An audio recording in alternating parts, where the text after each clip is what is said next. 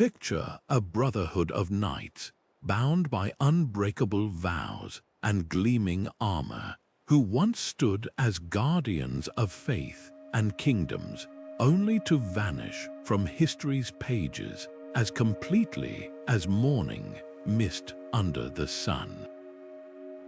These ancient knightly orders, with their sacred missions and formidable influence, didn't just fade slowly from memory.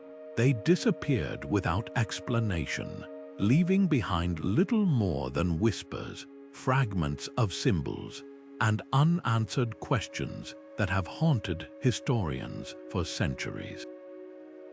It's one of the great untold mysteries of the medieval world, how organizations built on power, piety, and prestige could simply dissolve into the silence of time, taking their secrets with them. Today, we're setting out on a journey to reclaim those lost stories. Together, we'll uncover 25 of these enigmatic orders, brotherhoods that strode across battlefields, guarded holy sites, and shaped the course of history, only to vanish as though they were never there. We'll explore not only who they were and what they stood for, but the compelling theories behind their disappearances, political intrigue, forgotten battles, merging identities, or something even deeper and more mysterious. This is more than a historical deep dive. It's an exploration of how even the mightiest institutions can be swallowed by time, reminding us that history is not just written in stone, it's also etched in erasure. By the end of this video, you'll have walked alongside these ghostly knights, peered into the shadows of their legacy, and felt the weight of what was lost. You'll come away with a richer understanding of medieval history's hidden chapters, and perhaps a deeper curiosity about the fragile line between memory and oblivion. So settle in and let's step into the world of vanished chivalry, where every clue is a fragment and every disappearance is a story waiting to be told. To truly grasp the mystery of these vanished knightly orders, we first need to step back and understand the world that created them. The Middle Ages was an era defined by faith, feudalism, and near-constant conflict, a perfect storm of conditions that gave rise to one of history's most unique institutions, the military religious order. These weren't just bands of soldiers for hire, they were something entirely new. Imagine a warrior who lived like a monk, taking vows of poverty, chastity, and obedience, yet also sworn to wield his sword in defense of the faith. This fusion of the chapel and the battlefield created a potent and incredibly disciplined force. The spark that ignited their formation was without question the Crusades. When European knights answered the Pope's call to reclaim the Holy Land, they encountered a harsh reality. The long, dangerous roads to Jerusalem were plagued by bandits, and pilgrims, unarmed and vulnerable, were constantly under threat. From this desperate need for protection, the first great orders, like the Knights Templar and the Hospitallers, were born. Their mission was clear: to serve as both shield and sanctuary for the faithful. They established fortified networks along pilgrimage routes, offering safe passage, medical care, and a formidable defense. Their success, however, went far beyond mere security. These orders became incredibly powerful, amassing wealth that would rival modern corporations. Donations of land and money poured in from pious nobles across Europe, grateful for their sacred work. They developed sophisticated banking systems, allowing pilgrims to deposit funds at home and withdraw them in the Holy Land, an innovation that made them indispensable. This economic power, combined with their military might and direct allegiance to the Pope rather than any single king, made them major political players on the international stage. They were, in essence, multinational entities in a world of fragmented feudal loyalties. But this very power sowed the seeds of suspicion and envy. Kings grew wary of these armed brotherhoods within their borders who answered to a higher authority. Their vast treasuries became a tempting target for rulers in need of funds. Their secretive initiation rites and internal codes fueled wild rumors and conspiracy theories.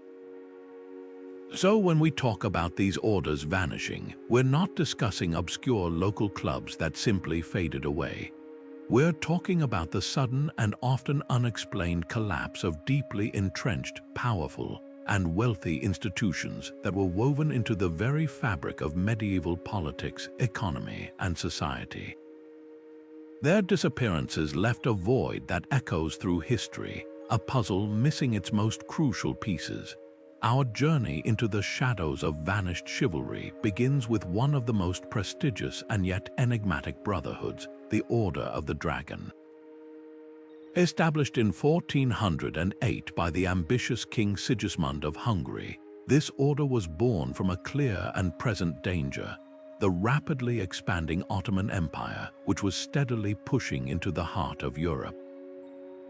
Its mission was nothing less than the defense of Christendom itself, a sacred vow to form a bulwark against the encroaching forces. Unlike some orders that focused on monastic solitude, the Order of the Dragon was a distinctly elite, royal chivalric society, designed to bind the most powerful nobles of the region to the crown and to a common, holy cause. Its very name and emblem, a dragon often depicted curled in a circle or with a cross, symbolized the eternal struggle against the enemies of the faith, a powerful image meant to inspire both fear and loyalty. The Order's membership roster reads like a who's who of 15th century Balkan power, but one name in particular echoes through history with a chilling resonance: Vlad II, a Wallachian prince and member of the Order who became known as Vlad Dracul, Vlad the Dragon. He adopted this name directly from his affiliation, a title that would later be passed to his infamous son, Vlad the Impaler, who would become known as Dracula, meaning son of the dragon. This direct link to one of history's most legendary figures underscores just how influential and well-connected this order truly was at its peak. It wasn't a fringe group, it was a central pillar in the political and military landscape of its time, a coalition of the most powerful men in the region united under a terrifying and potent symbol. Which makes its disappearance all the more perplexing. By the end of the 15th century, within just a few generations of its founding, the Order of the Dragon simply fades from the historical record. There is no grand account of its dissolution, no dramatic decree abolishing it, no final battle that spelled its end. It simply vanishes, leaving behind a silence that is deafening compared to its once lofty stature. Historians have pieced together several plausible theories. Some point to internal strife, an order composed of powerful, rival nobles from different kingdoms like Hungary, Croatia, and Serbia may have ultimately been torn apart by those very same competing loyalties and ambitions that it was created to suppress. The very thing that gave it strength, its elite membership, may have also been its fatal flaw. Another compelling theory suggests the order was a victim of its own success, or rather, a shifting political landscape that rendered its original purpose obsolete. As the immediate Ottoman threat evolved and new alliances were formed, the singular, unifying mission of the order may have lost its urgency. Furthermore, it's possible the order was quietly absorbed into other, newer chivalric bodies that emerged, its members and perhaps even some of its traditions blending into the fabric of other institutions until its distinct identity was completely lost to time. The fate of the Order of the Dragon serves as a powerful reminder that even the most illustrious and fearsome organizations, backed by kings and etched into the names of legends, are not immune to the slow, silent erasure of history. If the Order of the Dragon represents the classic tale of a powerful military coalition fading into obscurity, then our next vanished Brotherhood offers a fascinating and entirely different kind of mystery. We now turn to the Order of the Crescent, an institution that stood out not for its martial prowess, but for its profound commitment to the arts and intellectual pursuits. Founded in 1448 by the remarkable René of Anjou, a man known to history as Good King René, this order was a product of the emerging Renaissance spirit. René himself was a true Renaissance prince decades before the movement truly flourished, a king, a duke, a patron of the arts, and a writer in his own right. His vision for the Order of the Crescent was a radical departure from the norm. Instead of focusing solely on holy war or territorial defense, its central mission was the promotion of knightly virtues through cultural refinement, chivalric ideals, and the patronage of literature and art. It was, in essence, an attempt to create a fellowship where the sword and the pen were considered equally noble. The Order's very symbolism reflected this unique purpose. Its emblem, a crescent moon, was not a call to arms but a symbol of renewal, chivalric purity, and the enlightened pursuit of knowledge. Members were expected to be paragons of courtesy, learning, and artistic appreciation, embodying a new model of aristocracy that valued cultural achievement as highly as battlefield courage.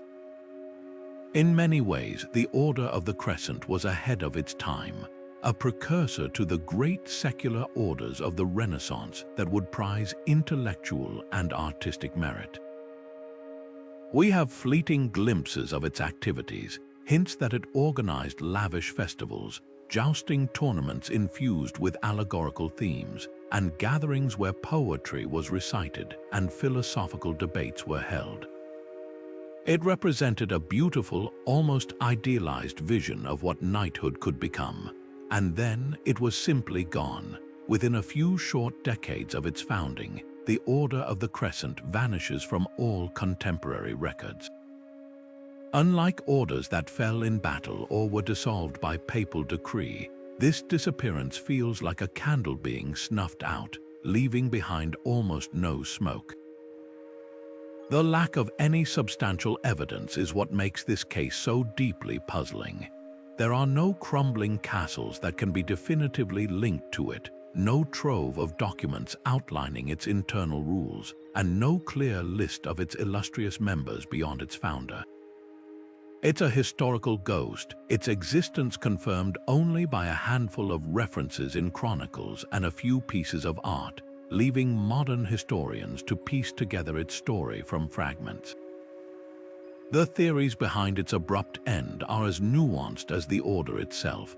The most straightforward explanation points to the death of its charismatic founder and patron, René of Anjou, in 1480.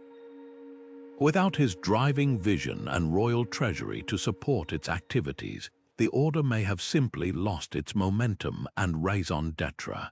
It was a delicate creation, built on the personal passion of one man, and without a strong successor who shared that same unique vision, it likely withered on the vine. Another compelling theory suggests it was simply overshadowed. In the fiercely competitive political landscape of 15th century Europe, new and powerful orders like the famous Order of the Golden Fleece, founded by the Duke of Burgundy just a decade earlier, captured the imagination and allegiance of the nobility.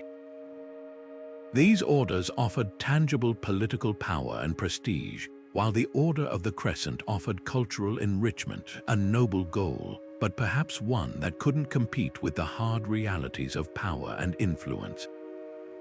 Its disappearance forces us to ask a difficult question: can a society built on ideals of art and beauty, without a core military or political function, survive in a world driven by power struggles? The Order of the Crescent's fleeting existence suggests that, at that time, the answer was often no. It remains one of history's most intriguing what-if scenarios, a bright, cultured flame that flickered out too soon, reminding us that sometimes the most fragile and beautiful creations are the first to be lost to time. While the Order of the Crescent represented a noble shift toward culture and art, our next vanished brotherhood takes us back to the very bedrock of knighthood, military excellence, and unwavering loyalty to the crown. We arrive in the turbulent yet fiercely proud kingdom of Castile during the 14th century, a time when the centuries-long struggle known as the Reconquista was reaching a critical phase.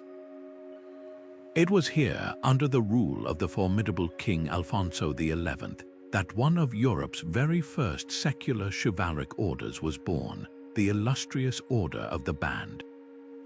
Unlike the religious military orders that answered to the Pope, the Order of the Band was a creation of the crown itself, a brilliant political and military innovation. King Alfonso established it around the year 1330 to directly reward and bind his most loyal and valiant knights to the royal person. Its name came from the distinctive sash or band that its members wore diagonally across their chests, a bold and visible symbol of their exclusive status and their direct service to the king. This was more than just a badge of honor. It was a powerful tool of statecraft designed to foster a new layer of elite loyalty within the complex feudal structure of Castile. The order's core ideals were straightforward yet powerful: absolute fidelity to the monarch and the pursuit of supreme military excellence on the battlefield, particularly in the ongoing fight to reclaim the Iberian Peninsula from Moorish control. For a time, the Order of the Band was the epitome of prestige in Castilian society. Membership was a coveted mark of distinction, granted only to those who had proven their courage and loyalty in the heat of battle. Chronicles from the period describe how these knights, adorned in their signature sashes, were at the forefront of key conflicts, becoming legendary figures within the Reconquista narrative. They were instrumental in Alfonso's great victory at the Battle of Rio Salado in 1340, a pivotal engagement that effectively ended North African military intervention in the peninsula and secured Christian dominance for generations to come.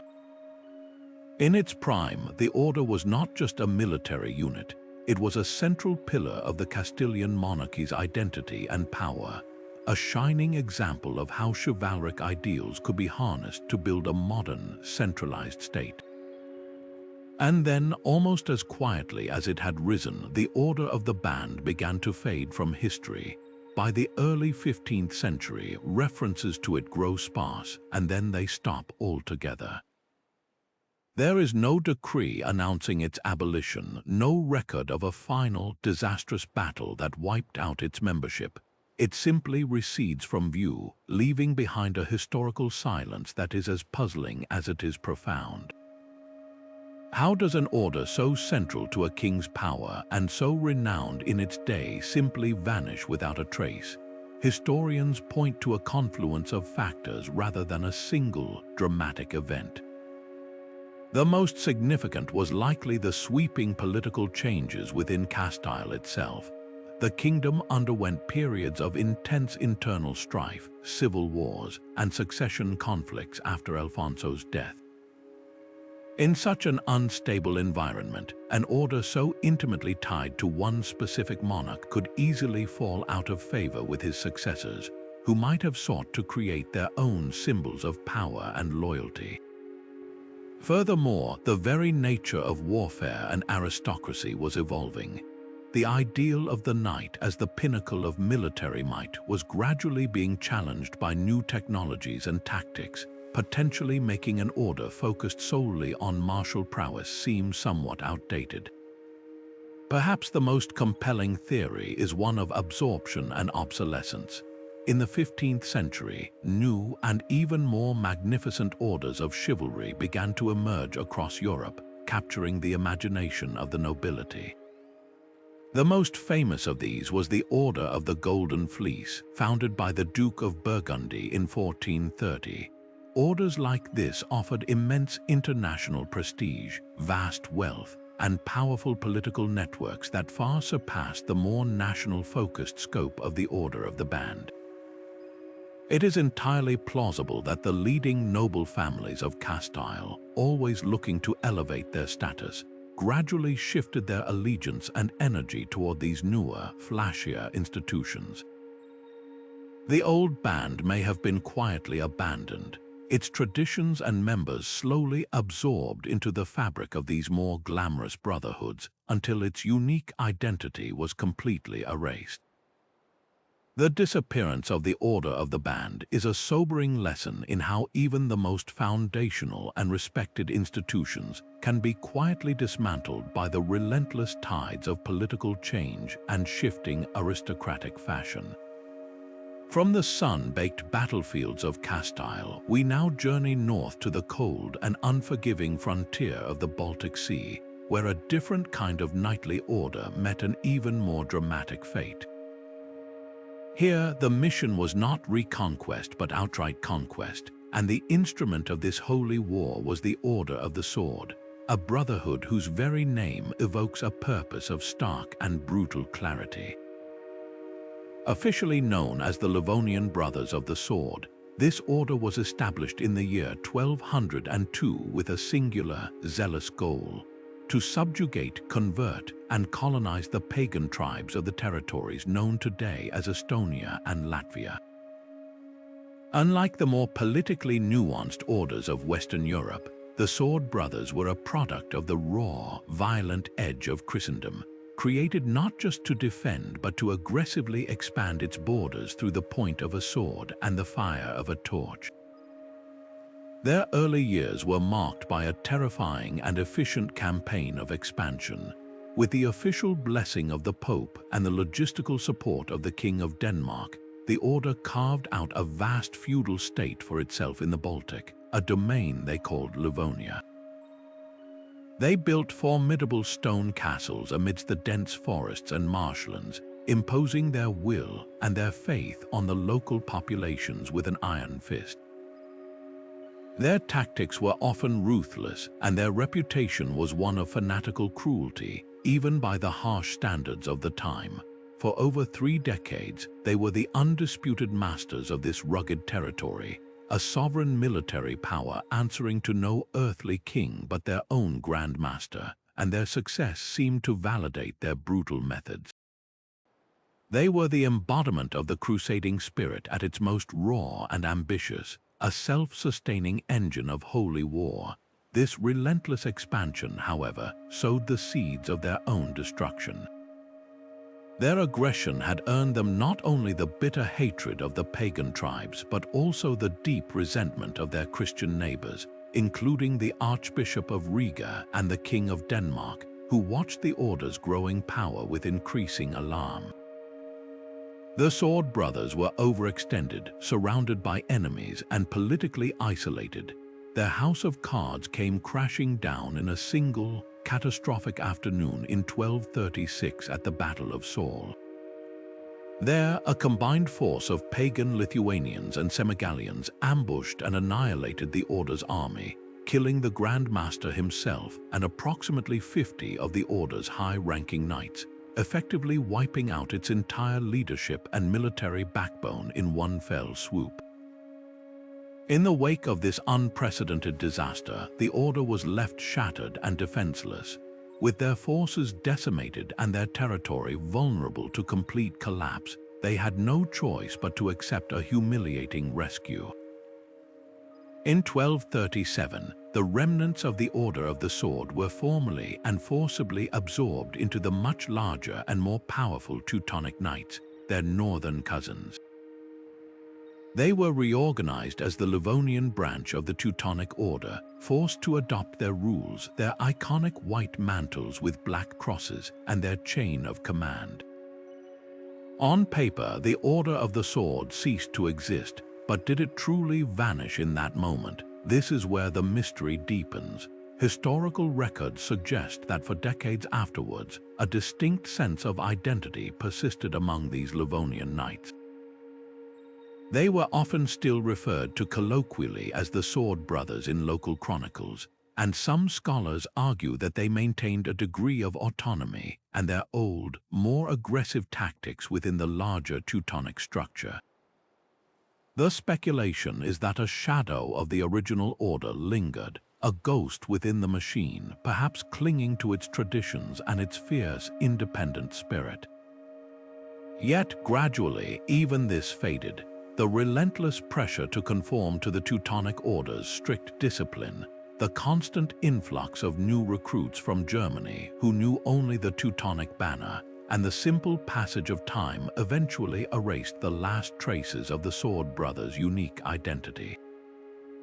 Their ultimate disappearance wasn't a sudden event but a slow, quiet assimilation, a complete absorption into a larger entity until nothing of the original remained. Their story is a powerful testament to the volatile and unforgiving nature of medieval holy war, where even the most ferocious and successful orders could be utterly broken, not by the slow march of time, but by the swift, decisive blow of a single battle. Leaving the grand, politically charged narratives of pan-European orders behind, we now turn our attention to a much smaller, yet no less vital kind of brotherhood, one whose story unfolded not on vast battlefields, but along the sun-drenched and vulnerable coastline of Catalonia. This is the tale of the Order of St. George of Alphama, a humble yet crucial institution founded in 1200 and one with a very specific and practical mission: to defend the shores of the Crown of Aragon from the relentless threat of piracy. Imagine the Mediterranean of the early 13th century, a vital highway for trade, but one plagued by corsairs and raiders who could strike without warning, threatening not just merchant ships but entire coastal villages. The Knights of St. George were the answer to this daily terror. They were the local guardians, the coastal patrol, a constant naval presence dedicated to keeping the sea lanes safe for commerce and its people safe in their homes. Their base of operations was the town of Alphama, from which they took their name, and their patron St. George was a powerful symbol of martial courage and divine protection. Unlike the great international orders that answered to the Pope, the Order of St. George was a distinctly local affair, established by and for the Kingdom of Aragon. Their work was gritty and unglamorous, endless patrols, escorting merchant convoys and engaging in brutal, close-quarters sea battles against well-armed pirates. They were the unsung heroes of the Catalan coast, an essential piece of the region's maritime defense infrastructure for nearly 2 centuries. Their existence, though not as celebrated in grand chronicles, was woven into the daily security and economic prosperity of the realm. They were a successful and respected force, a proof that a knightly order didn't need to conquer kingdoms to be important. Sometimes protecting home was purpose enough. Which is why its disappearance is so curiously quiet. Sometime in the late 14th century, the Order of St. George of Alphama simply fades away. There is no epic last stand against impossible odds, no dramatic decree of dissolution from a king or pope. It vanishes from official records with a whisper, not a bang, leaving behind a historical void that is profoundly puzzling for an order that had served so consistently for so long. How does an organization that was so integrated into the daily life and defense of a region just stop being? The most widely accepted theory points not to violence but to a bureaucratic merger. In the year 1317, a new and powerful knightly order was founded in the region, the Order of Montesa. This new brotherhood was established with royal backing to fill the void left by the suppressed Knights Templar in the Kingdom of Valencia. Historical evidence suggests that the smaller, and perhaps financially struggling, Order of St. George was formally incorporated into this new, larger entity. This wasn't a hostile takeover, but more likely a practical consolidation of resources and manpower. The Knights of St. George may have simply swapped their old insignia for the new cross of Montesa, their mission of coastal defense continuing under a different name and a more robust administrative structure. Another compelling possibility is a slow death by neglect. Regional orders like this were often heavily dependent on local patronage, donations from grateful merchants, grants of land from nobles whose territories were protected, and the steady flow of new recruits inspired by their local reputation. Over time, that support could dwindle. Perhaps the pirate threat diminished, making their specific roles seem less critical. Maybe the crown's attention and funds were diverted to larger conflicts, leaving the order to slowly atrophy, its ships decaying and its ranks thinning until it was no longer a functional entity. Its dissolution reminds us that for every famous order that fell in a dramatic fashion, there were likely dozens of these smaller, vital brotherhoods that simply faded away due to shifting priorities, a lack of funding, or simply being absorbed into the larger tapestry of history without anyone bothering to write a final footnote. The story of the Order of St. George of Alphama is a testament to the countless quiet guardians lost to time, their service erased not by catastrophe, but by the slow, silent tide of administrative change and forgotten necessity. After the very tangible, martial legacy of the Sword Brothers and the practical coastal guardianship of St. George's Knights, we encounter an order so ethereal, so delicately conceived, that it seems almost like a historical mirage. This is the story of the Order of the Dove, a 14th-century Spanish brotherhood that stood in stark contrast to everything we have discussed so far. In an era defined by the clash of steel and the roar of siege engines, this order was founded on a radical and almost paradoxical ideal, the promotion of peace and piety through the framework of chivalry. Its very name, evoking a universal symbol of harmony and the Holy Spirit, signaled a profound departure from the militant norms of the time. Imagine a knightly order where the highest virtue was not martial valor in battle, but the spiritual courage to pursue reconciliation and devout contemplation. It was a beautiful, ambitious, and perhaps naive attempt to redirect the aggressive energy of the nobility toward a more inward, peaceful purpose, a quiet counter-melody to the era's dominant symphony of war. The historical footprint of this order is so faint it barely exists. It is mentioned in a handful of chronicles, a fleeting reference that gives us its noble intention and its Spanish origins, but little else. There are no ruins of a headquarters, no illuminated manuscripts detailing its rules, no rolls of membership, and no seals or artifacts that can be definitively tied to it. This profound lack of evidence has led to a fascinating schism among scholars. One camp argues that the Order of the Dove was indeed a formally established, if small, chivalric fellowship that actively operated for a brief period.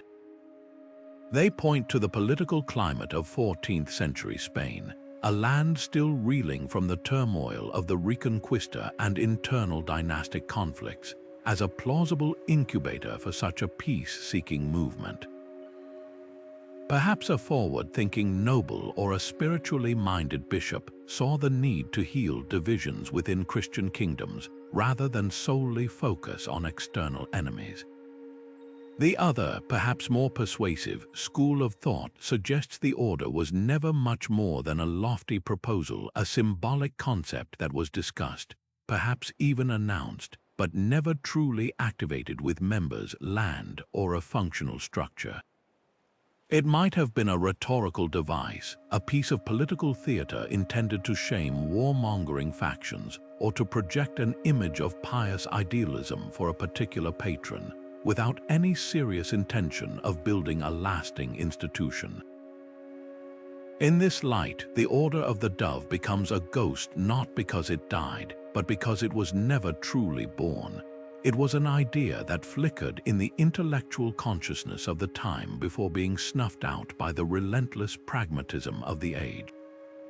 If it did have a brief existence, its suppression is a compelling theory for its disappearance, An order dedicated to peace could have been seen as dangerously subversive in a society whose economy and social structure were built upon a foundation of military service and perpetual conflict.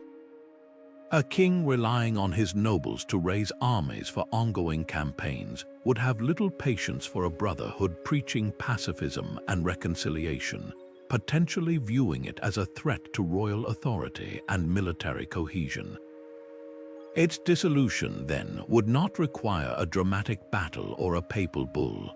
A simple, quiet command from a powerful figure uncomfortable with its message could have erased it from history before it ever had a chance to take root. The story of the Order of the Dove is ultimately a poignant reminder that not all historical vanishings are of great powers laid low. Some are the stories of ideas that were too fragile, too ahead of their time, or too threatening to the established order to ever be allowed to truly exist, leaving behind only a whisper of what might have been. From the quiet spiritual aspirations of the Order of the Dove, we now set our sights on the vast, uncharted horizon of the Atlantic Ocean and a brotherhood born from the very spirit of exploration itself. We arrive in Portugal during the High Middle Ages, a kingdom with its back to Europe and its face to the sea, where a unique and forward-thinking order emerged, the enigmatic Order of the Ship. Founded with a mission that was centuries ahead of its time, this order was not dedicated to conquering Holy Land or combating heresy, but to mastering the sea itself. Its knights were envisioned as mariner aristocrats, pledged to the protection and expansion of Portugal's maritime interests, safeguarding its bustling ports from pirates, and perhaps even venturing into the treacherous waters off the African coast to map new trade routes and establish footholds in unknown land. In an era when the ocean was a realm of monsters and mystery, the Order of the Ship represented a bold leap of faith into the future, a direct embodiment of the nascent longing for discovery that would one day define the age of exploration. The potential historical significance of this order is what makes its story so tantalizing.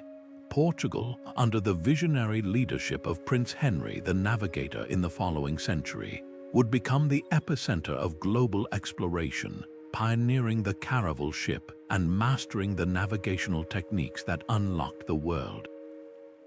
It is incredibly compelling to consider that the Order of the Ship might have been a crucial, early precursor to these efforts, a structured, knightly body dedicated to advancing maritime technology, training pilots in celestial navigation, and gathering intelligence about currents and winds. They could have been the unsung architects of Portugal's naval destiny, a secret weapon in the kingdom's quest for mastery over the waves. The idea that such an institution existed, potentially laying the foundational knowledge for voyages that would change human history forever, only to vanish without a trace, is a historical mystery of the First Order. And vanish it did, by the 15th century, just as Portugal was poised to launch its greatest age of discovery. The Order of the Ship had disappeared from all records.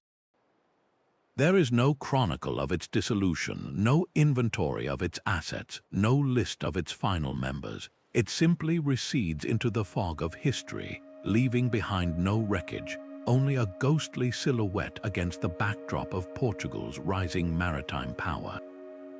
The silence is deafening, and the theories attempting to fill it are as varied as the oceans are deep. One strong possibility is financial collapse. Maintaining a fleet of seaworthy vessels, funding risky expeditions, and supporting a corps of night sailors was an astronomically expensive endeavor. Without a constant influx of royal patronage or lucrative returns from early voyages, the order may have simply bled its coffers dry and found itself unable to keep its ships afloat or its members fed. Another plausible theory points to a strategic merger or absorption. As Portugal's national ambitions crystallized around exploration, the Crown may have decided to bring all maritime activities under direct state control. The functions of the Order of the Ship, its ships, its seasoned sailors, Its carefully gathered charts could have been seamlessly integrated into a new, official navy or a crown-sponsored trading enterprise, rendering the original knightly structure redundant. Its identity may have been deliberately dissolved to prevent any competing power base within the burgeoning maritime state. There's also the grim possibility of catastrophic loss. The sea is a merciless foe.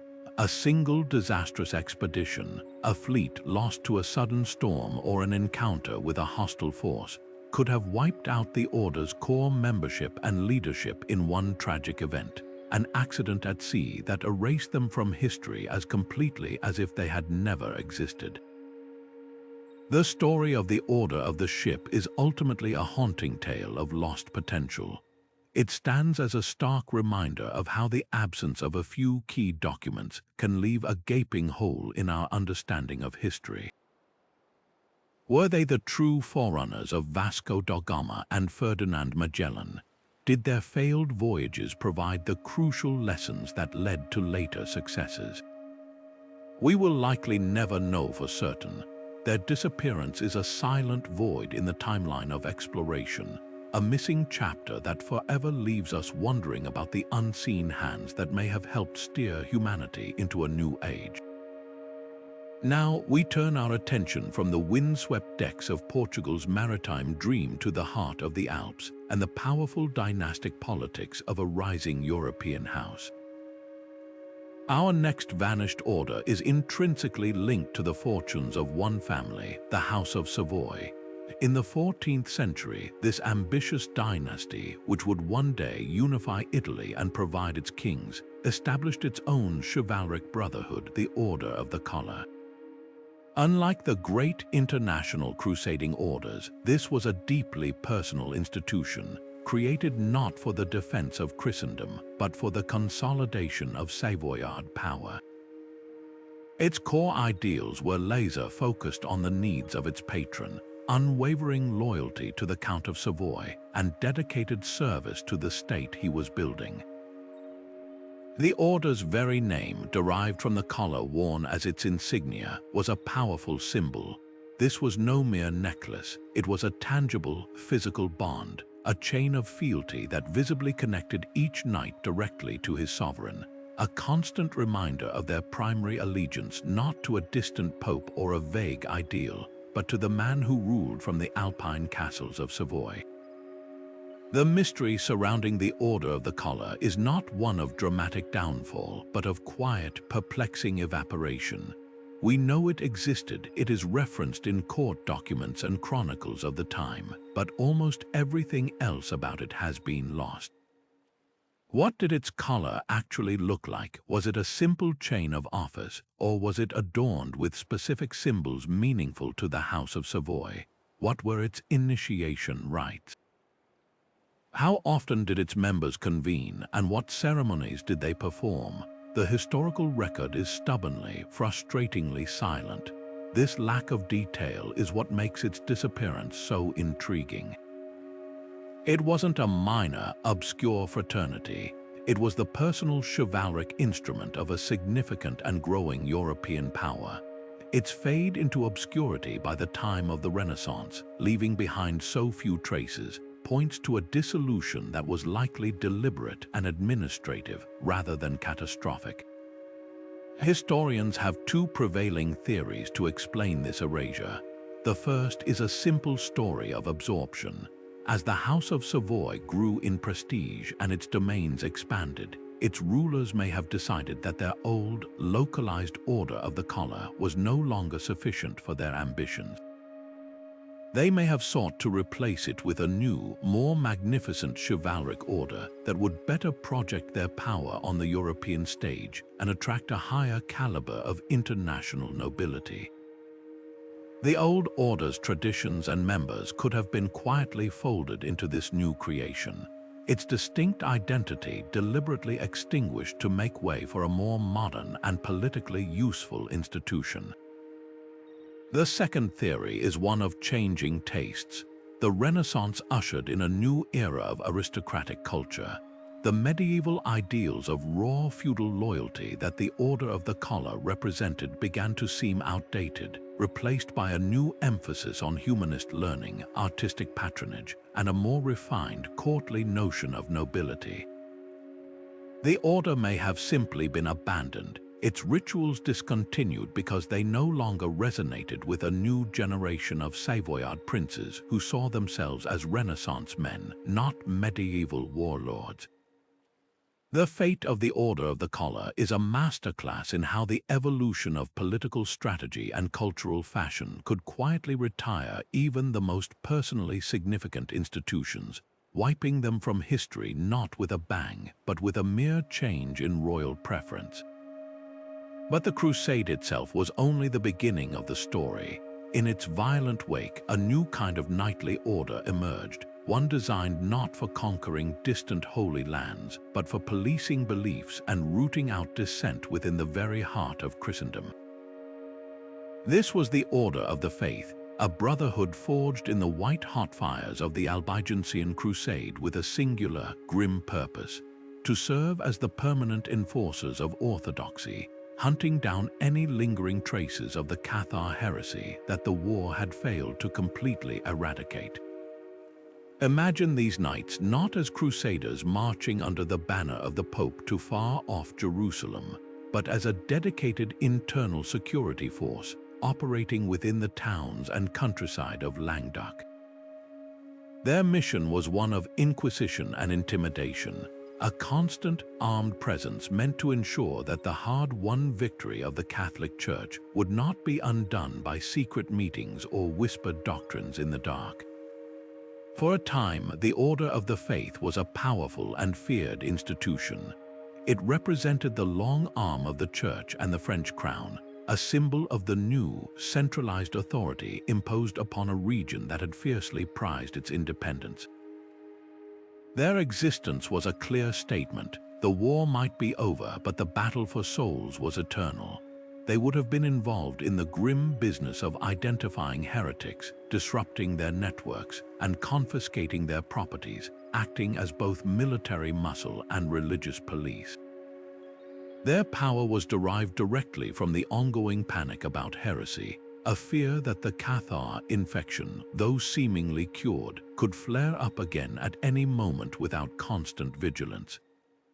In this atmosphere of suspicion and control, the Order was not just useful. It was considered absolutely essential to the spiritual and political health of the realm. And then, just as mysteriously as the Cathars themselves seemed to fade into the landscape, the Order of the Faith vanished from all historical records. By the 14th century, there is no more mention of their activities, no decrees about their status, and no accounting of their assets. It is as if they were quietly dissolved into the very air they once patrolled. This disappearance is deeply ironic. The most plausible explanation is that the Order was a victim of its own success. The Albigensian Crusade and the subsequent decades of intense persecution, in which the Order of the Faith played a key role, were ultimately effective. The Cathar faith was systematically and brutally crushed, its leaders killed or driven into hiding, its adherents forced to recant or face terrible consequences. With the heresy effectively eradicated, the primary reason for the Order's existence simply evaporated. Why fund and maintain a specialized anti-heresy military force when there is no more heresy left to fight? There is another, more cynical political theory. The Order, having served its purpose for the crown, may have become inconvenient. Such a well-armed and ideologically motivated group, once the immediate threat was gone, could potentially have turned into a liability, a state within, a state that answered to its own commanders and its own interpretation of faith. The French monarchy, steadily consolidating its power, may have decided it no longer needed or wanted a powerful, independent military order operating within its borders, one that could potentially challenge royal authority or become a magnet for discontent. Its dissolution, then, might not have been celebrated but quietly enforced. its members disbanded and its assets absorbed by the crown without any fanfare that would draw attention to the act. The Order of the Faith stands as a perfect example of a profound historical paradox: how an institution created for a specific, urgent purpose can become so utterly successful in achieving that goal that it literally works itself out of a job, leaving behind no reason for its continued existence and fading into the silence of a mission accomplished. Navigating the complex tapestry of vanished chivalry sometimes leads us to orders whose very existence feels like a historical echo, a whisper so faint we must question whether it was ever truly a voice at all. This brings us to the deeply enigmatic Order of the Tower and Sword, a name that carries a weight of martial grandeur but is shrouded in a fog of confusion and half-remembered references. The primary challenge in unraveling its story is its name, which was resurrected centuries later for a completely different and well-documented Portuguese order of merit. This later institution, founded in the early 19th century, has thoroughly overshadowed its medieval namesake, casting a long shadow back through time that makes it incredibly difficult to distinguish historical fact from nostalgic reinvention. The medieval order we're concerned with is a phantom, a purported brotherhood from the 14th or perhaps early 15th century that seemingly focused on military excellence and service to the Portuguese crown, only to vanish without a clear trace long before the age of Napoleon. What little we can piece together suggests it was likely a small, regional order, perhaps established by a noble patron or even a king seeking to reward loyalty during one of the many conflicts that shaped the emerging nation of Portugal. Its evocative name hints at its ideals, the tower symbolizing steadfast defense and unshakable strength, and the sword representing offensive prowess and the knight's duty to act.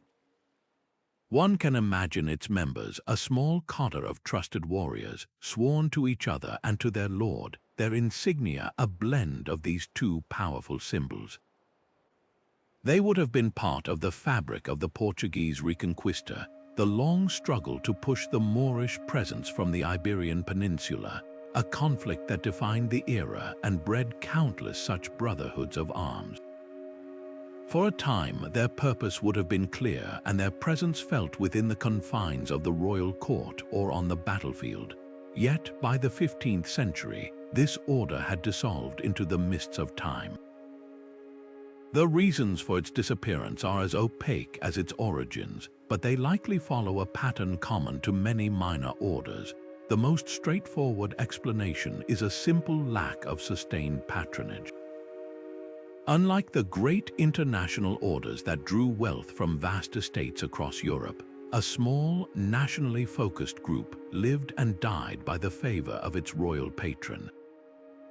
The death of a founding king, a shift in courtly factions, or a simple reallocation of the crown's finite resources toward more immediate military needs could have starved the order of the funds and recognition it needed to survive. It may have dwindled away, its last members aging out without new recruits to carry on its name, its traditions fading from memory with the passing of a single generation. Another fascinating theory posits that it wasn't so much dissolved as it was evolved. The concept of the order, its name, and perhaps even its core membership could have been absorbed into a newer, more prestigious chivalric body as the Portuguese monarchy sought to streamline and modernize its symbols of power. It might have been a precursor, a prototype that provided the inspirational DNA for a more successful institution that followed. This process of absorption was common. Why maintain a small, obscure order when you can fold its legacy into something grander that better serves the political and diplomatic goals of a rising nation-state? The Order of the Tower and Sword, in this light, becomes a missing link, an evolutionary step in the development of Portuguese chivalry that was rendered obsolete by its own descendants. The profound ambiguity surrounding this order is what makes it a perfect case study. it exists on the precarious border between legend and historical reality. Its story is a powerful reminder that for every Templar or Teutonic knight whose history is meticulously recorded, there were doubtless dozens of these smaller, local fellowships that flickered brightly for a moment before being extinguished by the relentless march of time, their stories surviving only as faint, confused echoes in a name that would be borrowed centuries later. Of all the orders we've encountered so far, none presents a more complex and layered mystery than the one we turn to now, a story not of a single disappearance, but of a death and rebirth so complete it blurs the lines between history and legend. We speak of the Order of the Holy Sepulchre, an institution whose very name evokes the most sacred ground in Christendom, and whose history is a millennia-long roller coaster of glorious existence, utter oblivion, and miraculous revival. To understand its mysterious vanishing act, we must first appreciate its profound and unparalleled origin. This order was born not on a battlefield or in a royal court, but in the very heart of Jerusalem itself, tasked with the most solemn duty imaginable: the protection of the Church of the Holy Sepulchre, the site revered by millions as the place of Jesus Christ's crucifixion, burial, and resurrection. From its inception, its knights were more than warriors. They were guardians of the ultimate Christian shrine, a living link to the foundational events of their faith. This bestowed upon them an aura of sanctity and prestige that was arguably unmatched by any other chivalric body, setting the stage for a far more dramatic fall from grace. For the first 2 centuries of its existence, during the height of the Crusader Kingdom of Jerusalem, the order flourished. Its knights were a constant, revered presence in the Holy City, and pilgrims from across Europe would have seen them as divine protectors, the steadfast sentinels watching over the most sacred soil on earth.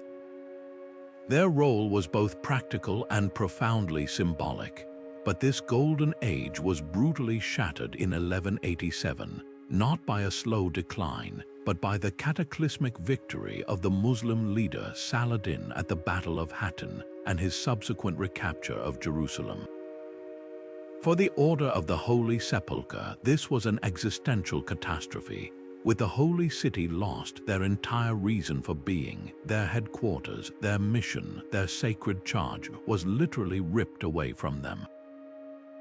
They were forced into exile, becoming knights without a castle, guardians without a shrine, adrift in a suddenly hostile world. This is where the historical waters become incredibly muddy, and the true mystery of their disappearance begins. Unlike the Knights Templar or Hospitaller, who simply relocated their headquarters to Cyprus and then Rhodes, continuing their operations as powerful maritime and banking entities, the Order of the Holy Sepulchre seems to have simply fragmented.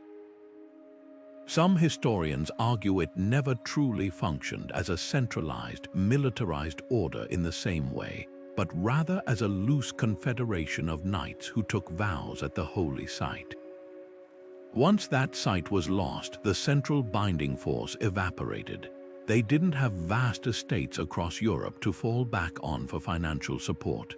In the decades and centuries that followed, the order enters a period of deep obscurity. References to it become sporadic and confusing. It appears to have been kept on life support in a purely nominal sense by the papacy, which continued to appoint titular Grand Masters, often as an honorary title for other European nobles, but there is little evidence of any organized, active brotherhood with a functioning membership. For all practical purposes, the medieval order had vanished from the stage of history, becoming a ghost, a cherished memory kept alive only in title. The theories for this profound disappearance are as varied as they are fascinating. The loss of Jerusalem is, of course, the paramount and undeniable factor. You cannot be the guardian of a place you no longer control. But there's more to it. Many scholars point to papal politics, the great papal-supported orders, the Templars and Hospitallers, had become incredibly powerful and wealthy. The papacy may have had little interest in reviving a potential competitor, especially one so closely tied to a lost cause. Allowing the Order of the Holy Sepulchre to remain a dormant title, a historical relic, was far more convenient than rebuilding it into a third powerful military force that would require land, money, and political capital. Furthermore, its very nature worked against it. Its mission was uniquely place-specific. A Templar could fight heresy anywhere. A Hospitaller could tend to the sick in any port. But a Knight of the Holy Sepulchre's primary duty was to guard a specific church in a specific city, a city that was now firmly under Muslim control for the foreseeable future. There was simply no way to transfer or adapt that mission elsewhere without losing the very essence of the order itself. This makes its story utterly unique. It wasn't suppressed in a dramatic trial like the Templars, nor did it fade from a lack of patronage like smaller orders. It was rendered functionally obsolete by a seismic shift in geography and politics, a glorious institution that lost the very ground it stood on, both literally and figuratively. Its eventual revival in the 19th century under the patronage of the Pope and the King of Italy is a testament to the enduring power of its name and symbolism, but that modern order is a separate entity, a reimagining rather than a direct continuation. The fate of the original medieval Brotherhood remains one of history's most poignant puzzles. How the most symbolically important knightly order of all could simply dissolve into the echoes of a lost Jerusalem, its silence speaking volumes about the fragile nature of even the most sacred institutions when the world beneath their feet changes forever. After exploring orders tied to grand cathedrals and royal courts, we now venture into the heart of the Spanish countryside to uncover a mystery as humble as it is perplexing, the story of the Order of the Jar. Emerging in the 13th century, this small, regional brotherhood stands as a perfect example of the countless minor orders that blossomed across Europe, deeply rooted in local piety and knightly ambition, only to wither away, leaving behind little more than their evocative name. Unlike the great international orders, the Jar was not founded by a king or a pope, but likely by a local noble or a collective of knights from a specific region, perhaps Castile or Aragon, who sought to create their own fellowship dedicated to the chivalric ideals of honor, faith, and service. Its very name, so simple and domestic, hints at a symbolism that is both intimate and deeply mysterious, a stark contrast to the grand crosses and fierce dragons of its more famous contemporaries. The central enigma of this order lies in its peculiar title. What exactly was the jar? The word itself conjures an image of a simple earthenware vessel, a common object in any medieval household, yet its adoption as the namesake for a knightly brotherhood suggests a profound symbolic meaning now lost to time. The most compelling theory points to a sacred relic, a jar believed to hold a precious substance, perhaps oil from a saint's tomb, water from the river Jordan, or even earth from a holy site. In this context, the jar would have served as the order's most cherished possession, a physical embodiment of their devotion around which their rituals and identity were built. Another fascinating possibility is that the jar was a symbol of the knight's vows. Just as a jar can be filled or poured out, so too could a knight's commitment to piety and service be an ever-renewing offering. It might have represented purity, containment, or the promise of spiritual sustenance, a humble yet powerful metaphor for their mission. Without a single surviving seal, rulebook, or detailed chronicle, we are left to speculate, the true meaning of their emblem hidden behind 8 centuries of silence. This profound lack of evidence is the core of the mystery. The Order of the Jar vanishes from the scant historical record by the 14th century, not with a dramatic collapse, but with a quiet, almost imperceptible sigh. There is no account of a final battle, no royal decree of dissolution, no scandal that spelled its end. It simply ceases to be mentioned, its passing so quiet it went unnoticed by the historians of its own era. This obscurity is likely the key to its disappearance. As a small, regionally focused order, it would have depended entirely on the patronage of a local lord and the sustained enthusiasm of the lesser nobility in its immediate area. The death of a key benefactor, a shift in inheritance that diverted lands and funds elsewhere, or simply a generational loss of interest among the local squires could have been enough to seal its fate. It may have slowly bled members, its last knight dying without a successor, its modest chapter house falling into ruin, and its memory fading from the community it once served. Its story is a vital reminder that history is not only written by the victors but is also overwhelmingly shaped by those who kept the records. The great orders had scribes, diplomats, and vast estates that generated paperwork charters, legal disputes, financial accounts that survived for centuries. A small order like the Jar, operating in a single corner of Spain, generated no such paper trail. Its existence was recorded in the memories of its members and the local people, a fragile archive that was extinguished completely with the passage of time. The disappearance of the Order of the Jar is not a thrilling tale of conspiracy or catastrophe, but a somber lesson in the quiet, relentless erosion of history itself, where countless small stories of devotion and knighthood have been washed away, leaving behind only a name as puzzling as it is poignant. Leaving behind the sacred guardians of Jerusalem and the humble symbolism of the Jar, we now journey into the heart of the Holy Roman Empire, a patchwork of feuding duchies and bishoprics where the very concept of order was a constant struggle. It is in this turbulent landscape that we find one of the most conceptually fascinating of all the vanished brotherhoods, the Order of the Scale. Founded in medieval Germany, this order stood apart from those dedicated to holy war or royal service. Its mission was not conquest or patronage, but something far more foundational to a functioning society, the unwavering pursuit of justice. Its very name, evoking the balanced scales held by the allegorical figure of Lady Justice, reveals a profound and noble ambition to infuse the often brutal world of knighthood with the principles of fairness, arbitration, and lawful resolution. Imagine these knights not merely as warriors, but as sworn adjudicators, perhaps traveling from town to settle land disputes between quarreling nobles, or hearing grievances from merchants cheated out of payment, their authority derived from a shared vow to uphold a higher law beyond the sword. The few tantalizing clues we have about their activities come from brief, cryptic mentions in legal texts and municipal chronicles from the period.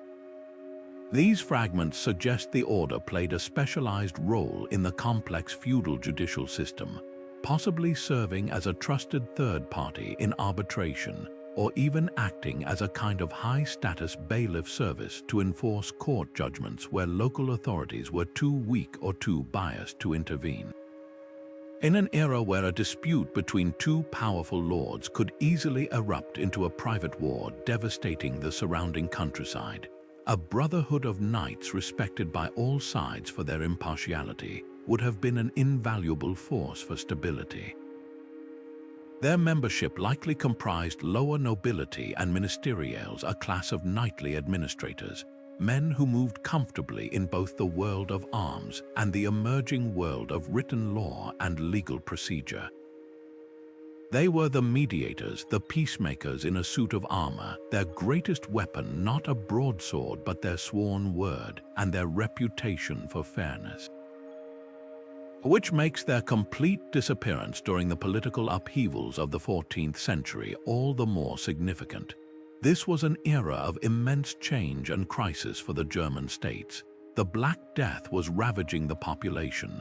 The power of the emperor was waning against the rising authority of individual territorial princes, and the papal schism was creating religious chaos. In this environment of shifting power structures, an order dedicated to a universal ideal of justice would have found itself in an increasingly precarious position. The most compelling theory for its end points directly to this political evolution. As powerful regional lords, the Dukes of Bavaria, the Margraves of Brandenburg, sought to consolidate their own power within their domains, they would have viewed an independent, transnational knightly order operating in their territories with deep suspicion.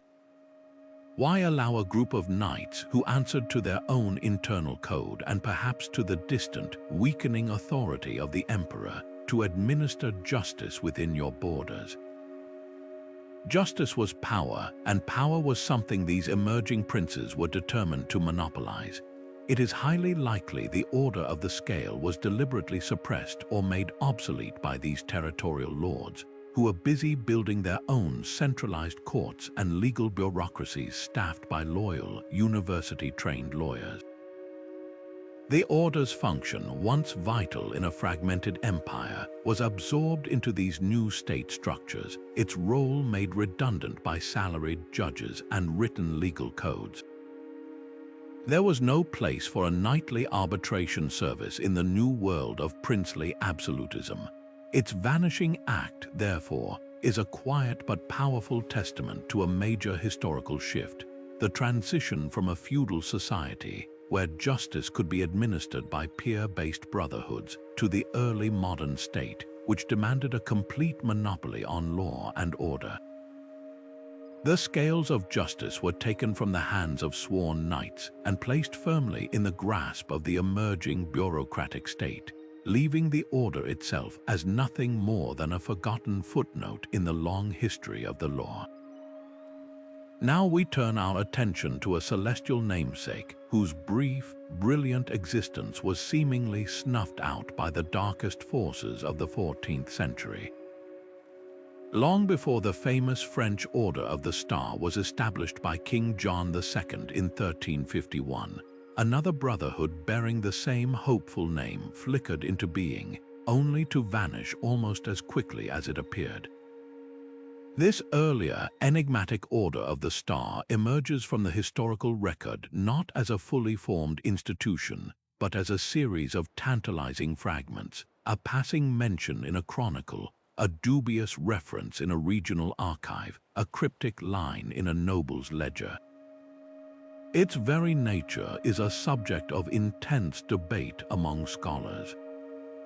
Was it a formal chivalric order with written statutes, a designated leader, and the papal blessing that defined its more famous successors? Or was it something more fluid and ephemeral, an informal fellowship of like-minded knights, a temporary band of brothers sworn to a specific cause or patron, a noble experiment in chivalry that never quite solidified into a permanent structure? This fundamental ambiguity is central to its mystery, making it a ghost that is even harder to pin down than the orders we have discussed before. The world into which this order was born was one teetering on the brink of collapse. The 14th century in Europe was an era of profound and consecutive calamities. The Little Ice Age was bringing harsh winters and failed harvests, leading to widespread famine and social unrest. The 100 Years' War between England and France was just beginning, shattering the old feudal order and dragging entire regions into devastating cycles of conflict and pillage. And looming over all of this was the most terrifying and indiscriminate killer the world had ever known, the Black Death. This bubonic plague pandemic, which swept across Europe between 1347 and 1351, did not just kill millions, it shattered the very foundations of medieval society. It wiped out entire families, depopulated villages, crippled economies, and left a lingering trauma that questioned the authority of both church and state, who were powerless to stop it. The social and political fabric necessary to sustain any new institution, especially one built on ideals of fellowship and mutual support, was being torn to shreds. It is against this apocalyptic backdrop that we must consider the fate of this early Order of the Star. The theory that it was a victim of the Black Death is not merely a guess. It is a highly plausible scenario grounded in the grim demographics of the era. If the Order was indeed a formal body, its membership would have been drawn from the noble and knightly class, precisely the group that, while somewhat insulated, was still highly vulnerable to a disease that respected no social boundaries. A concentrated outbreak at a chapter meeting or within a particular region could have decimated its core membership in a matter of weeks, effectively erasing its leadership and organizational continuity in one horrific stroke. The death of a key patron, a duke or count who provided the land and funds for its operation from the plague, would have been an equally fatal blow, instantly severing the Order's financial lifeblood and leaving it to wither away unnoticed amidst the overwhelming tide of death and suffering. Alternatively, if the Order was more of an informal fellowship, its fragility would have been even greater. Such groups relied on personal relationships, shared momentum, and a stable environment to maintain their cohesion. The utter chaos unleashed by the plague and the outbreak of major war would have scattered its potential members, redirected their priorities toward immediate survival and family obligations, and shattered the social networks that allowed such ideas to flourish. The grand ideals of chivalric brotherhood would have seemed like a distant, almost frivolous dream in a world where the overwhelming priority was simply to stay alive from one day to the next.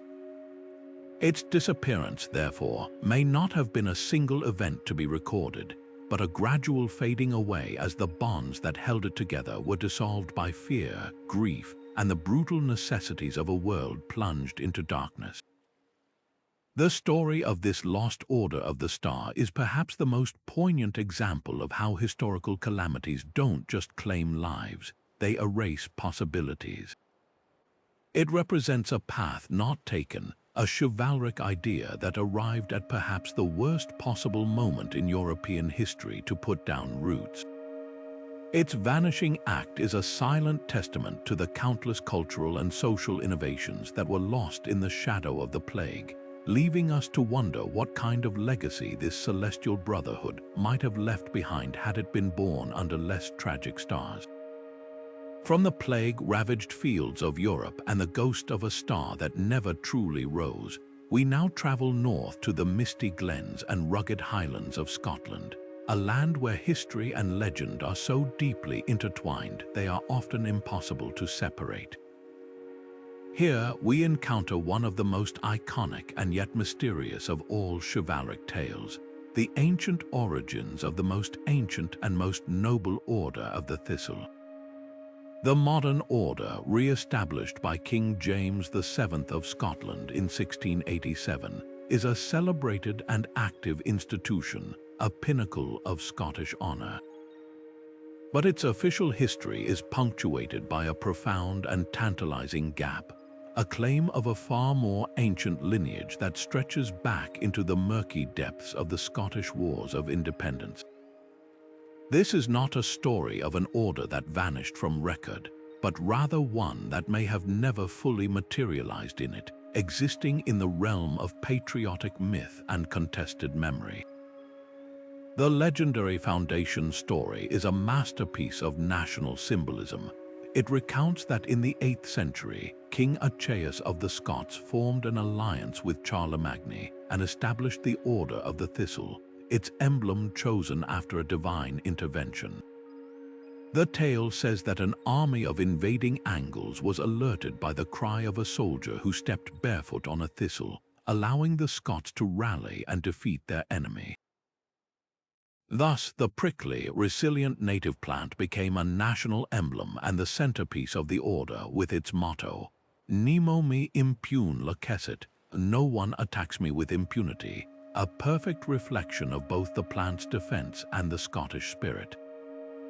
An even more popular legend places the Order's founding with the great hero King Robert the Bruce after his victory at Bannockburn in 1314, rewarding his most loyal knights for their role in securing Scottish independence. These are powerful founding myths designed to give the nation and its chivalry a deep, historic roots equal to any in Europe. The problem for historians is the stunning, almost complete, lack of contemporary evidence to support these stories. Despite the richness of the legends, there are no medieval charters, no membership rolls, no financial records, and no descriptions of ceremonies from the 14th or 15th centuries that can be definitively linked to a functioning order of the Thistle. This evidential void has led to a fascinating scholarly debate. One camp argues that the order was indeed a historical reality, a genuine chivalric brotherhood founded by Robert the Bruce or his successor, David II. They suggest its records were lost in the centuries of constant warfare with England, the destruction of royal archives, or the general turbulence of Scottish history. Its disappearance, in this view, could be attributed to the long period of English dominance and influence following the Wars of Independence, where such a potent symbol of Scottish sovereign power would have been actively suppressed by the English crown, its traditions driven underground or deliberately erased to weaken Scottish national identity. The other, perhaps more widely accepted, theory is that the medieval Order of the Thistle was not an operational institution at all, but rather a later symbolic invention. In the 16th and 17th centuries, there was a powerful cultural movement across Europe to rediscover or outright invent ancient national histories. Kings and courts were deeply invested in creating glorious pedigrees for themselves that could compete with those of their rivals. Scottish writers and monarchs, particularly the Stuart kings who also claimed the English throne, may have crafted the legend of an ancient order of the Thistle to provide Scotland with a chivalric heritage as old and prestigious as England's Order of the Garter. It was less a case of an order disappearing and more a case of a powerful idea being projected backwards in time to serve a modern political and cultural need. The vanishing is then an illusion. It didn't fade away because it never truly existed in the form the legends describe. This profound ambiguity is what makes the Thistle's early story so compelling. It sits at the crossroads of history and memory, a perfect example of how the need for national identity can shape our understanding of the past. Whether it was a real order erased by conflict or a symbolic one born from patriotic pride, its elusive medieval origins have only heightened its mystique, transforming it into a legend woven into the very fabric of Scotland itself, a ghost of glory that may have always been more powerful as an idea than it ever was as a historical fact. Venturing now into the sun-scorched landscape of the Holy Land itself, we find ourselves grappling with an order so elusive it seems woven from the very shimmering heat haze of the desert, the enigmatic Order of the Palm. Its name alone evokes powerful and immediate imagery: the palm frond, a universal symbol of victory, peace, and martyrdom in Christian tradition, and a tree deeply rooted in the geography of the Levant. According to scattered and tantalizing accounts, this brotherhood was allegedly founded during the high tide of the Crusades, with a mission that was both noble and desperately needed: the protection of pilgrims on the treacherous final leg of their journey to Jerusalem. Imagine these dedicated knights not as conquerors seeking glory, but as guardians of the faithful, stationed along the deadly roads from the coast to the Holy City, shielding vulnerable travelers from bandits, harsh elements, and the ever-present threat of ambush. Their envisioned role was one of selfless service, ensuring that those who had endured an epic voyage by sea would not meet their end just miles from their sacred destination. Yet, despite the romantic and logical appeal of this story, the Order of the Palm exists in historical terms as little more than a compelling shadow. No papal bull has been discovered that officially sanctions its creation. No charters detail the granting of lands or privileges to it. No chroniclers of the Crusader kingdoms provide a first-hand account of its knights in action, and no archaeological evidence, no seals, no distinctive armor, no ruins of a chapter house has ever been definitively linked to it. This profound lack of physical proof has forced historians into a fascinating debate that cuts to the very heart of how we understand this era.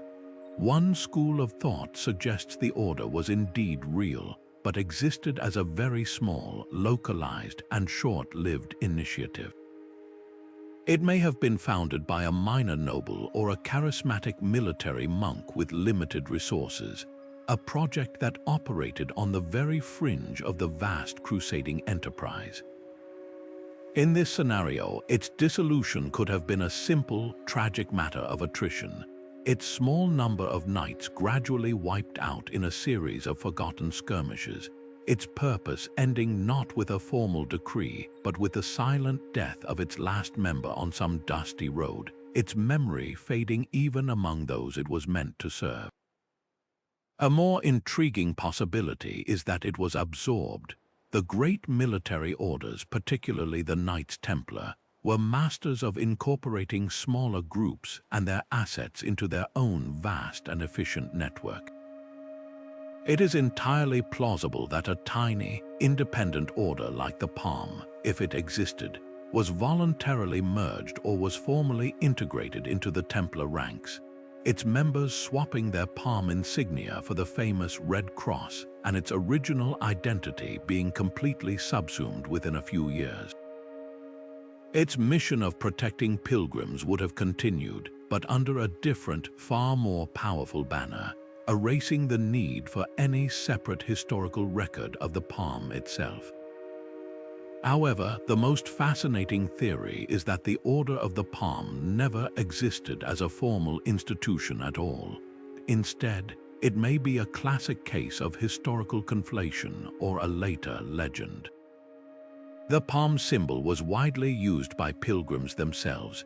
They would often wear a palm frond on their clothing as proof they had completed the journey to Jerusalem, earning them the title Palmers. It is possible that over centuries, stories about these peaceful pilgrims became interwoven with tales of armed protectors, eventually crystallizing into the legend of a dedicated knightly order. Alternatively, medieval storytellers or later Romantic historians, seeking to add another layer of chivalric glory to the Crusades, might have invented the order whole cloth, its appealing name and noble mission filling a gap in the historical narrative. The mystery of the Order of the Palm perfectly encapsulates the immense challenge historians face when the line between verifiable fact and powerful myth becomes completely blurred, leaving us with a ghost that is both impossible to prove and impossible to entirely dismiss. From the arid mysteries of the Holy Land, we now cross into the heart of medieval France, a realm where chivalry was not just a code of conduct but a potent political tool, and where the fate of a knightly order could be inextricably tied to the whims of its king. Here we encounter the Order of the Lily, a brotherhood whose very name evokes the rich symbolism at the core of French identity. The fleur de lis, the stylized lily, was more than just a floral motif. It was a sacred emblem of purity, a symbol of the Virgin Mary, and most importantly, the official heraldic device of the French monarchy itself. An order bearing this name would have been, by its very conception, a profound statement of royal power and divine favor, a deliberate projection of the crown's authority into the world of chivalry. Its stated mission to promote purity and devotion aligns perfectly with this symbolism, suggesting an institution designed to cultivate an elite core of knights who embodied the highest ideals of both faith and feudal loyalty, serving as living extensions of the king's will and the nation's sacred character. Yet, for an order so deeply connected to such powerful and enduring national symbols, the historical trail of the Order of the Lily is astonishingly faint. It appears in a handful of chronicles and archival fragments, a ghost at the feast of French history. We have no detailed account of its founding charter, no definitive list of its grand masters, and no clear description of its rituals or insignia beyond its evocative name. This profound lack of detail is the central puzzle. How could an order so symbolically significant to the French crown simply evaporate from the record, leaving behind such minimal traces?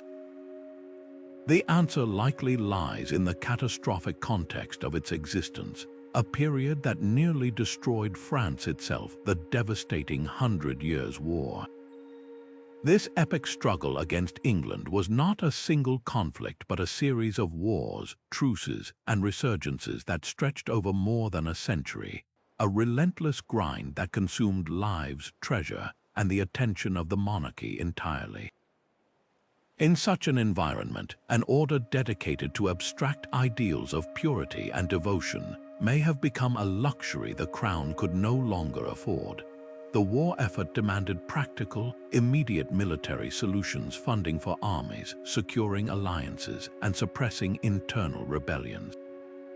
A chivalric order, unless it was directly mustering knights for battle, could easily have been perceived as a drain on scarce royal resources. Its end may not have come from a dramatic suppression, but from a simple, quiet neglect. The royal treasury, stretched to its absolute limit by the cost of war, may have ceased its funding.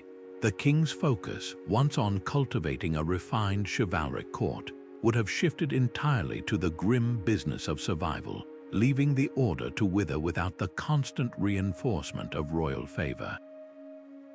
Furthermore, the very nature of French nobility was changing. The war accelerated the decline of the classic knight on horseback, as English longbowmen demonstrated on battlefields like Crecy and Agincourt that disciplined commoners could decimate a glorious charge of aristocratic cavalry. An order built on an idealized, perhaps already outdated, vision of knighthood may have simply lost its relevance in this new, brutal form of warfare. There is another, more subtle possibility. The Order of the Lily might have been a casualty of shifting dynastic politics and symbolism. The fleur de lis, while a constant symbol of France, was also specifically associated with the Capetian and Valois dynasties. Periods of intense political instability or challenges to the throne could have rendered an order so closely tied to the ruling house inconvenient or even dangerous. A rival faction might have viewed its members as die-hard loyalists, leading to its quiet dissolution to prevent it from becoming a rallying point for opposition. Its ephemeral nature is a powerful lesson in the difference between cultural endurance and institutional permanence. A symbol as potent as the lily could survive for centuries, emblazoned on banners and crowns, while the knightly order created to celebrate its meaning could vanish almost without a trace, a reminder that even the most powerful ideas are fragile when entrusted to human institutions that are vulnerable to war, politics, and the relentless turning of history's page. Leaving behind the storied lands of France and Scotland, we now travel to the very edge of medieval Christendom, to a wild and contested frontier where the fate of a knightly order could be decided by the shifting sands of politics and the brutal reality of battlefield fortune. Our journey brings us to the windswept Baltic coast of Pomerania in the 14th century, where a determined brotherhood known as the Order of the Griffin was founded with a clear and dangerous mission: to serve as a bulwark of Christianity in a region perpetually teetering on the brink. Pomerania was a borderland in every sense, a melting pot of Slavic, German, and Baltic cultures, a place where the authority of distant emperors and popes was often theoretical, and where power was ultimately measured by the strength of the local lord and the loyalty of his knights. The Order of the Griffin stepped into this volatile arena, its very name evoking a mythical beast of power and vigilance, a fitting symbol for an institution tasked with holding the line against both external threats and internal instability. The challenges they faced were immense and multifaceted. To the east lay the pagan lands of Lithuania, a constant source of tension and frequent raiding. To the west and south, the Order had to navigate the complex and often treacherous politics of the Holy Roman Empire and the rising power of the Polish kingdom. Their existence was a daily exercise in balancing military readiness with delicate diplomacy, attempting to secure their position through a web of alliances with local Pomeranian dukes, the Teutonic Knights to their north, and the various merchant leagues that controlled the wealth of the Baltic Sea. They were not crusaders on a grand offensive like the Teutonic Knights, but rather guardians of a specific precarious territory, their role more akin to a highly specialized border patrol and rapid response force for the entire region. Their success depended on a fragile consensus and a steady flow of resources, making them inherently vulnerable to any shift in the political winds, and shift those winds did with a force that would ultimately prove catastrophic. The 14th century was a period of seismic change in the Baltic, marked by the rising power of the Polish-Lithuanian Commonwealth and the beginning of the long, slow decline of the Teutonic Knights, the region's dominant Christian military power. The Order of the Griffin found itself caught in this escalating conflict, a small player on a chessboard where the pieces were moving toward a massive, decisive confrontation. The trigger was likely a series of military defeats, not necessarily suffered by the Griffin Knights themselves, but by their larger allies and patrons. A lost battle that weakened a supportive Pomeranian duke, a successful campaign by a Polish king that redrew the borders of the region, or a devastating defeat inflicted upon the Teutonic Order. Any of these events could have shattered the delicate ecosystem that allowed the Order of the Griffin to survive. The mystery of their disappearance is deepened by the near-total incompleteness of their records. Unlike the great orders, they left behind no vast archive. We have no chronicle of a final, heroic last stand, no papal bull dissolving their chapter, no inventory of their assets being dispersed. Their end was almost certainly a gradual, almost silent dissolution. One prevailing theory is that after a critical military or political reversal, the Order simply fragmented. Its knights, left without a clear purpose or a reliable source of income, would have faced a stark choice: disperse and seek service with other local lords or more powerful orders like the Teutonics, or return to their family estates and fade back into the lesser nobility from which they came. Their lands and commanderies, once the source of their strength, may have been quietly absorbed by neighboring secular rulers or ecclesiastical powers, their ownership transferring without any major conflict simply because the Order was no longer there to defend them. Another possibility is a formal but unrecorded absorption. The Teutonic Knights, always seeking to strengthen their own hand in the face of Polish and Lithuanian pressure, may have offered the remaining Griffin Knights a simple ultimatum: join our ranks and serve under our banner, or be left isolated and vulnerable.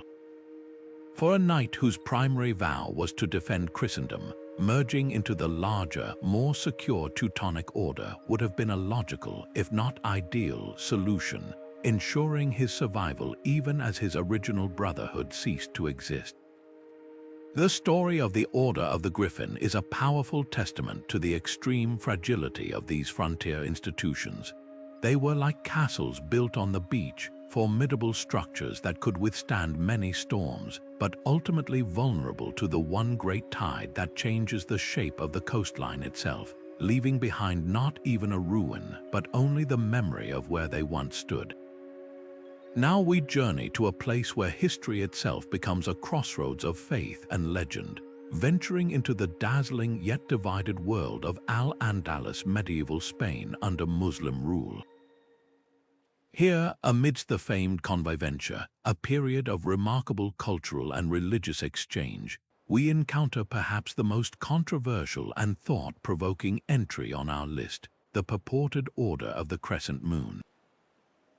This is not a story of Christian knights, but of an alleged Islamic chivalric brotherhood, a concept that challenges our very understanding of knighthood and its exclusivity to the European medieval experience. The idea is captivating, an order of Muslim knights bound by a code of honor perhaps not so different from their Christian counterparts, dedicated to the ideals of justice, patronage of the arts, and maybe even the protection of pilgrims and scholars of all faiths traveling through the Iberian Peninsula. Its name, the Crescent Moon, directly evokes its Islamic identity, symbolizing a knighthood that drew its inspiration from faith and a rich cultural tradition that placed a high value on horsemanship, poetry, and martial excellence. The central and overwhelming challenge with this order is the profound debate surrounding its very existence. Unlike other entries on our list, where we have fragmentary records or physical evidence to debate, the Order of the Crescent Moon exists almost entirely in the realm of anecdote and later romanticized history. There are no surviving foundation charters from a caliph or sultan, no lists of its grand masters, and no archaeological finds like seals or insignia that can be definitively linked to it. Most of what we know comes from much later historical texts, written centuries after the Reconquista was complete, often by authors who may have been projecting a nostalgic, idealized vision of Al-Andalus's golden age back onto the past. This has led many modern scholars to a sobering conclusion that the order may be more legend than fact, a beautiful story born from a desire to find a direct Islamic parallel to the famous Christian military orders, a symbol of cultural parity woven from the threads of memory and wishful thinking. Yet the possibility, however slim, is too powerful to simply dismiss. If such a brotherhood did operate, even informally, its mission would have been uniquely suited to its time and place. Al-Andalus was a rare beacon of relative religious tolerance, where Muslims, Christians, and Jews often lived side by side, creating a flourishing society of philosophy, science, and art. An order promoting coexistence, or futuwa as it was known in the Islamic world, a code of young men emphasizing virtue and camaraderie, would have been a natural outgrowth of this environment. It might have served as a protective force for this delicate social experiment, a brotherhood of knights who saw the defense of this multicultural harmony as their sacred duty. Their disappearance, then, would not be a quiet fading, but a direct casualty of the very forces that ultimately destroyed the world they were meant to protect. The end of this order, if it ever began, is inextricably linked to the long, grinding process known as the Reconquista. As the Christian kingdoms of the north slowly pushed southward, reclaiming territory inch by bloody inch over centuries, the political and social climate of Al-Andalus hardened. The relatively tolerant periods gave way to waves of religious fundamentalism and political instability from within, and relentless military pressure from without. The space for coexistence, for institutions that bridged divides, shrunk dramatically. In this atmosphere of escalating religious polarization and existential threat, a knightly order dedicated to mutual understanding would have become an impossibility. It would have been viewed with suspicion by hardliners on both sides, by Christians as a heretical enemy force, and by radical Muslim factions as dangerously soft or collaborationist. Its alleged disappearance is a poignant metaphor for the death of conviventure itself, a casualty of the rising tides of intolerance and nationalism that would eventually define the peninsula for centuries to come. The story of the Order of the Crescent Moon, whether fact or fable, forces us to confront a profound historical loss, not just of an institution, but of a potential path not taken, a dream of peaceful coexistence that vanished amid the clash of swords and the certainty of faith. Leaving behind the contested borderlands of Pomerania and the cultural crossroads of Al-Andalus, we now set our course for the open sea, steering into the heart of the medieval Mediterranean, a world of bustling trade, ruthless piracy, and naval ambition. It is in this vibrant, dangerous, and deeply competitive maritime world that we find our next vanished brotherhood, the enigmatic Order of the Anchor. This order's very name grounds it in the world of seafaring. The anchor is a universal symbol of hope, stability, and safe arrival, but also of the sheer, brutal strength required to hold a ship fast against a storm. One can imagine its insignia, a heavy, black iron anchor perhaps emblazoned on a white sail or etched onto a shield, a clear declaration that these were not knights of the open field, but guardians of the coastline and masters of the wooden world. Their presumed mission would have been both noble and desperately practical, to protect the vital sea lanes that were the lifeblood of Mediterranean commerce, to defend bustling port cities from seaborne raiders, and to offer safe passage to merchant vessels whose cargoes of silk, spice, and grain fueled the economies of empires. The Mediterranean of the 14th and 15th centuries was a paradox, a connected highway of cultural exchange, and a lawless frontier where fortunes were made and lost in an instant. This was the era of the great Italian maritime republics, Venice, Genoa, and Pisa, whose powerful, oar-driven galleys dominated trade and warfare. But it was also the golden age of the corsair, where Christian and Muslim pirates operated with near impunity, striking from hidden coves along the North African coast or the rocky inlets of Greece.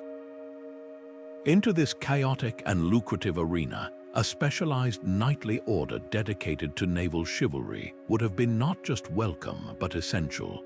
The Order of the Anchor likely found its purpose in this gap, perhaps hired by a nervous merchant consortium or founded by a coastal kingdom unable to afford its own standing navy. Their daily reality would have been one of tense patrols, sudden, violent boarding actions against pirate vessels, and the constant maintenance of their ships, a world away from the jousting tournaments of landlocked orders, but no less vital to the security of the region. And yet, for an order operating in such a documented and economically critical environment, the historical silence surrounding the anchor is deafening. We have no grand port records detailing their contracts, no illuminated manuscripts depicting their naval battles, and no wrecks on the seabed that can be confidently identified as one of their ships. They are ghosts of the sea, their existence hinted at in a handful of vague chronicles and perhaps a single, disputed seal. This profound obscurity is the core of their mystery and points directly to the most likely theories for their disappearance. The first and most compelling possibility is that they were deliberately suppressed by the very powers that should have been their natural allies, the rising maritime republics. Venice and Genoa were not just trading states, they were ruthless monopolists obsessed with controlling every aspect of Mediterranean commerce. An independent, well-armed knightly order operating its own fleet could have been seen as an unacceptable competitor, a rogue element that could disrupt their carefully negotiated treaties, interfere with their convoys, or even attempt to levy its own tariffs on shipping. The republics, with their vast resources, would have had little trouble financially strangling a smaller order or using their political influence to have its charter revoked, absorbing its best captains and sailors into their own powerful navies. A second, grimly ironic theory is that the Order of the Anchor fell victim to the very menace it was created to fight, piracy itself. Naval warfare in this period was incredibly unpredictable. A single successful ambush by a large fleet of Barbary corsairs or a catastrophic storm encountered on patrol could have sent the Order's entire fleet and its core membership to the bottom of the sea in one disastrous engagement. Unlike a land-based order that could retreat behind castle walls, a naval brotherhood's headquarters was its ships, and its knights were their crews. Lose the ships and you lose the order itself in an afternoon, an event that might not have even been recorded if there were no survivors to tell the tale. Their story is a stark reminder of the immense fragility of specialized institutions, particularly those that ventured onto the treacherous and unforgiving sea, where a single day's bad luck could erase a decades-long legacy without a trace. If the Order of the Anchor represents the fate of naval guardians undone by the ruthless politics of the sea, then our next vanished brotherhood presents a mystery of a different kind, one not of suppression or shipwreck, but of a silence so complete it suggests an order that may have sailed right out of history without leaving a single ripple. We now turn to the Order of the Helm, a name that speaks directly to the heart of maritime command and control. The helm is the very symbol of navigation, of steering a true course through treacherous waters, and of assuming responsibility for the safety of all aboard. An order bearing this name would have been conceived as a fellowship of master mariners and warrior knights, their sworn duty not merely to protect trade routes, but to master them, to ensure that the complex, vital web of medieval commerce could function by safeguarding its most vulnerable points, the narrow straits, the busy harbors, and the long, exposed coastlines where ships were most risk from predators. One can envision these knights not as admirals directing battles from afar, but as hands-on captains, their calloused fingers familiar with the feel of the tiller, their eyes skilled at reading the weather and the waves. Their mission would have been one of constant, vigilant presence. They might have organized convoys for merchant vessels, patrolled known pirate haunts, and maintained a network of coastal lookouts and signal fires. In an age without radar or radio, their value would have been incalculable, a floating police force for a lawless domain. They would have been the calming authority that allowed a spice-laden cog from Alexandria or a wool ship from England to make its journey with a measure of confidence. The Order's very existence would have been a testament to the critical importance of organized, professional security on the high seas, a necessary service for which kingdoms and merchants would have paid a handsome price. Yet, for an institution that should logically have generated a wealth of records, shipping manifests, contracts for protection, reports of engagements with pirates, the Order of the Helm has vanished into a historical void more absolute than perhaps any other on our list. This is not a case of fragmentary evidence, it is a case of a near-total absence. No ship's logs have been found that mention flying their standard. No port authority documents detail the payment of fees to them.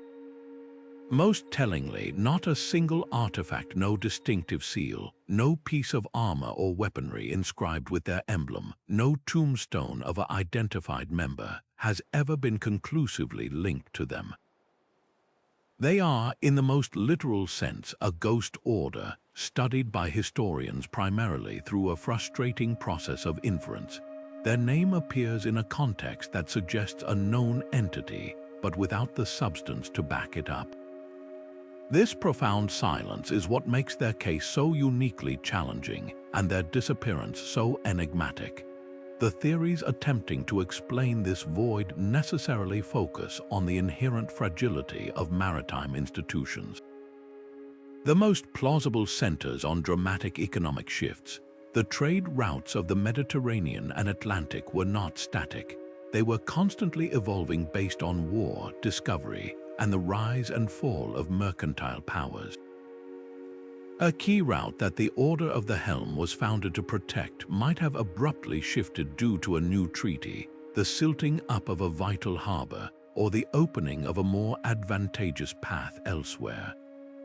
Suddenly, the Order's entire reason for being and its source of income would have evaporated overnight. Without a steady flow of funds to maintain its ships and pay its crews, it would have dissolved with astonishing speed, its assets sold off and its members scattered to the four winds.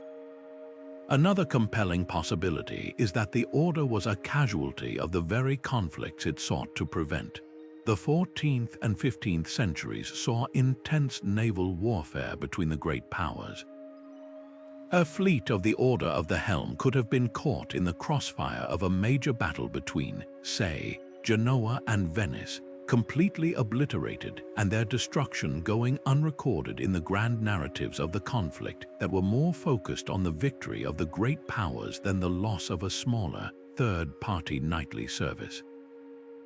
Their end may not have been a mystery to those who witnessed it, but simply an unremarkable footnote in a century filled with far greater tragedies, their story lost because there was no one left to tell it who cared to write it down. The fate of the Order of the Helm is a sobering lesson in the complete erasure that can befall even significant organizations when they operate in the world's most transient and unforgiving environment, the sea.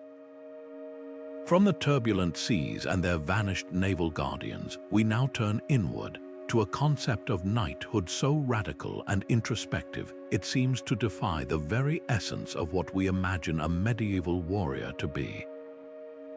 This is the story of the Order of the Hermits, a brotherhood that attempted the near impossible, to fuse the worldly power of the knight with the ascetic, world-renouncing solitude of the hermit. In a society where chivalry was often displayed through lavish tournaments, rich armor, and feats of strength designed for public acclaim, this order proposed a path of severe simplicity and quiet contemplation.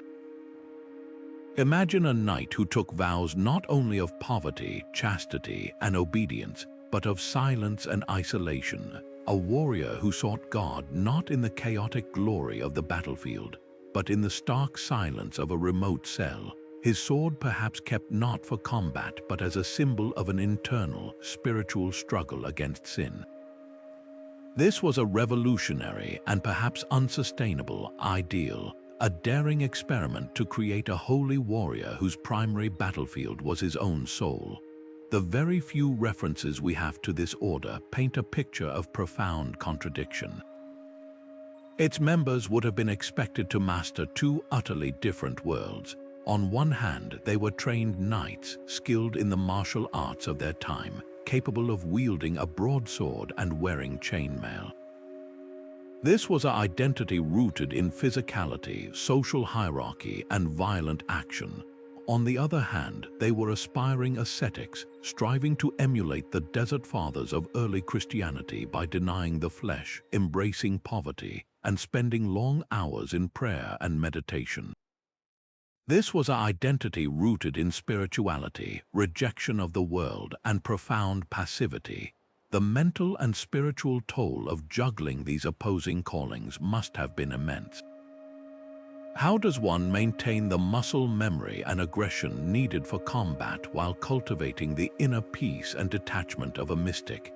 How does a man sworn to poverty and silence re-enter the world to fulfill a knight's duty to his lord? This inherent tension between the cloister and the castle was likely the order's original, fascinating strength, but it would also prove to be its fatal flaw. The historical record, already sparse for such a niche group, suggests the Order of the Hermits flickered only very briefly before being extinguished. Its disappearance was likely not dramatic, but a quiet fading away due to a simple, crushing lack of support. The medieval world understood and celebrated the pure knight, just as it revered the pure monk. But a hybrid of the two was an anomaly that fit neatly into neither category, making it incredibly difficult to secure the one thing essential for any new order's survival: patronage. A great baron or bishop looking to earn spiritual merit through a donation would be far more likely to endow a traditional monastery with a clear, respected function, praying for his soul, or a standard military order with a clear, practical function defending his lands. Donating to an order of hermit knights would have been seen as an odd and risky investment, backing a confusing and unproven concept with no guarantee of either spiritual or military returns.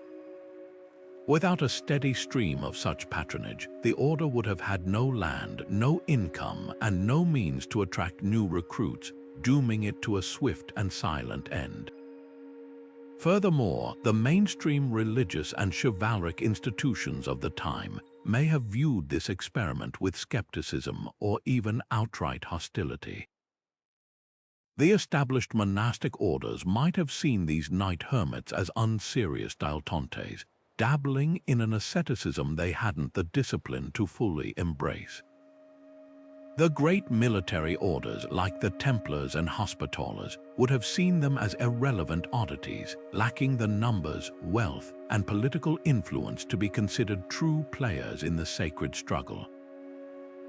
The Order of the Hermits existed in a lonely no-man's land between two powerful, well-defined worlds, and it found no lasting foothold in either.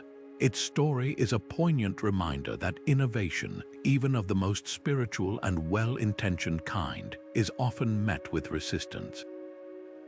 It shows us a road not taken in the history of knighthood, a path that perhaps asked too much of human nature, vanishing not with a bang, but with a sigh of obscurity, leaving behind only a haunting question about whether a warrior can truly ever also be a hermit.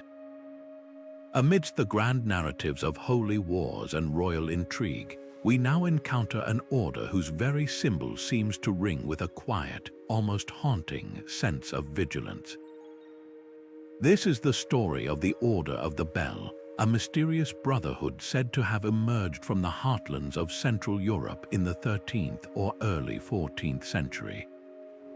Its name alone sets it apart from the dragons, crosses, and swords of its contemporaries, evoking a more communal and alert form of knighthood. The bell, in medieval symbolism, was far more than a musical instrument. It was the voice of the community, a tool of vital communication that could signal everything from an impending attack and a call to prayer to a town meeting or a funeral. An order that adopted this as its central emblem was almost certainly founded on a principle of watchfulness and warning, a brotherhood dedicated to the protection of the people through constant vigilance and the swift raising of an alarm against danger, whether it came in the form of invading armies, roaming bandits, or the sudden outbreak of fire. The proposed mission of these knights would have been uniquely grounded in local defense. Unlike orders that marched off to foreign crusades, the Knights of the Bell were likely intended to be a permanent, stationary guard, deeply integrated into the towns and regions they served. One can picture them not in gleaming plate armor on a distant battlefield, but as a trusted local presence, perhaps organized by a benevolent bishop or a pragmatic town council. Their duty might have involved manning watchtowers, patrolling the walls after curfew, and being the first to respond to any cry of distress. The ringing of a bell would have been their call to arms, a sound that mobilized not only them but the entire citizenry. In this sense, they represented a fascinating fusion of the knightly class with the emerging civic identity of medieval towns, a bridge between the aristocratic world of chivalry and the practical needs of the common people for security and order in a deeply uncertain world. Yet, the historical certainty surrounding this order begins to dissolve almost as soon as we try to grasp it. The evidence for its existence is not just fragmentary, it is spectral. There are no papal charters, no royal decrees of foundation, and no financial records that bear its unmistakable mark. What we have, instead, are later historical compilations and regional chronicles that make fleeting, second-hand references to such a group, often written centuries after the fact. This profound lack of contemporary proof has led many modern scholars to a fascinating and sobering conclusion, that the Order of the Bell may never have existed as a formal, organized knightly brotherhood at all. The theory gaining significant traction is that the name is a later misinterpretation, a historical mirage born from a simple error in reading old documents. The Latin word for a bell is campana, and it is possible that a reference to a geographic location, a family name like Campanella, or even a description of a knight's emblem featuring a bell-shaped flower was misconstrued by a later historian who then enthusiastically, but incorrectly, postulated the existence of an entire lost order. Alternatively, the Order of the Bell might be a classic example of a local legend that solidified over time into accepted fact. In a period with low literacy rates, communities often created heroic origin stories for their local customs and symbols. A particular town might have had a cherished bell in its church tower, perhaps donated by a long-forgotten knight or rung to commemorate a victory against an old enemy. Over generations, the story of this bell could have been embellished, transforming a single benefactor or event into the tale of an entire knightly order dedicated to its protection. These stories, repeated often enough, can take on a life of their own, eventually being recorded in later histories as genuine fact without any original documentation to support them. The Order's disappearance, then, is not a historical event to be explained, but a phantom gradually recognized for what it is: a compelling story that outran its evidence. This profound ambiguity makes the Order of the Bell one of the most important entries on our list. It serves as a crucial cautionary tale for anyone who delves into history, reminding us of the delicate line between verified fact and persuasive fiction. It forces us to confront the uncomfortable truth that our understanding of the past is often built on a foundation of incomplete records, hopeful interpretations, and stories that we very much want to be true. The silence surrounding this order is not just an empty space. It is an active lesson in historical humility, a warning against the desire to fill every gap in the record with a satisfying narrative. As we approach the final mysteries on our journey, the ghost of the bell reminds us to listen carefully, not just for the stories that ring out clearly, but for the telling silence that lies between them. From the resonant mystery of the bell, we now draw our bowstring back to take aim at a far more targeted, yet equally elusive, Brotherhood, the Order of the Arrow. This is not a tale of kings and vast estates, but of a highly specialized skill set that was once the pinnacle of medieval military technology, the art of the longbow. In an era dominated by the clatter of heavy cavalry and the siege engineer's craft, this order celebrated the singular, lethal precision of the archer. Its very name suggests a fellowship built not on broad chivalric ideals, but on a shared, almost guild-like mastery of a specific weapon, a dedication to achieving perfection in one deadly, graceful motion. Imagine these knights, or more likely, a unique class of elite commoner bowmen who had been elevated for their unparalleled skill, bound together by their ability to loose a yard-long shaft that could decide the fate of a battle from 300 paces away. Their envisioned role would have been that of the ultimate specialists, while a typical knight trained for years in sword, lance, and horsemanship, a member of the Order of the Arrow would have dedicated his life to the bow. His value lay in his ability to fire with both incredible force and unerring accuracy, to maintain a blistering rate of shot even as battle rage swirled around him, and to understand the wind, distance, and trajectory like a mathematician understands an equation.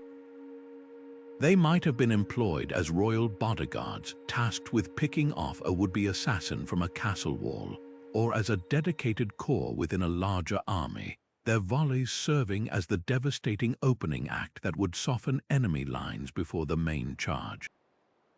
Their existence speaks to a moment in military history where the individual skill of a highly trained commoner, armed with a relatively inexpensive weapon, began to challenge the battlefield dominance of the expensively armored aristocratic knight.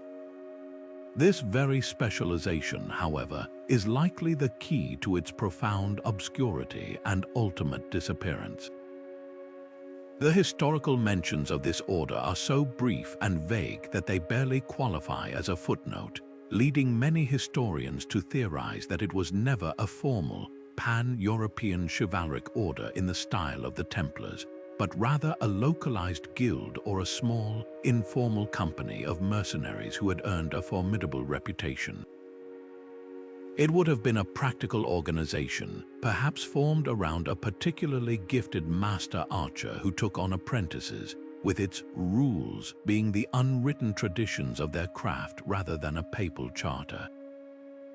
Its influence would have been measured in the respect it commanded on the battlefield, not in the acres of land it owned. Its vanishing act, then, is a story of technological and tactical evolution.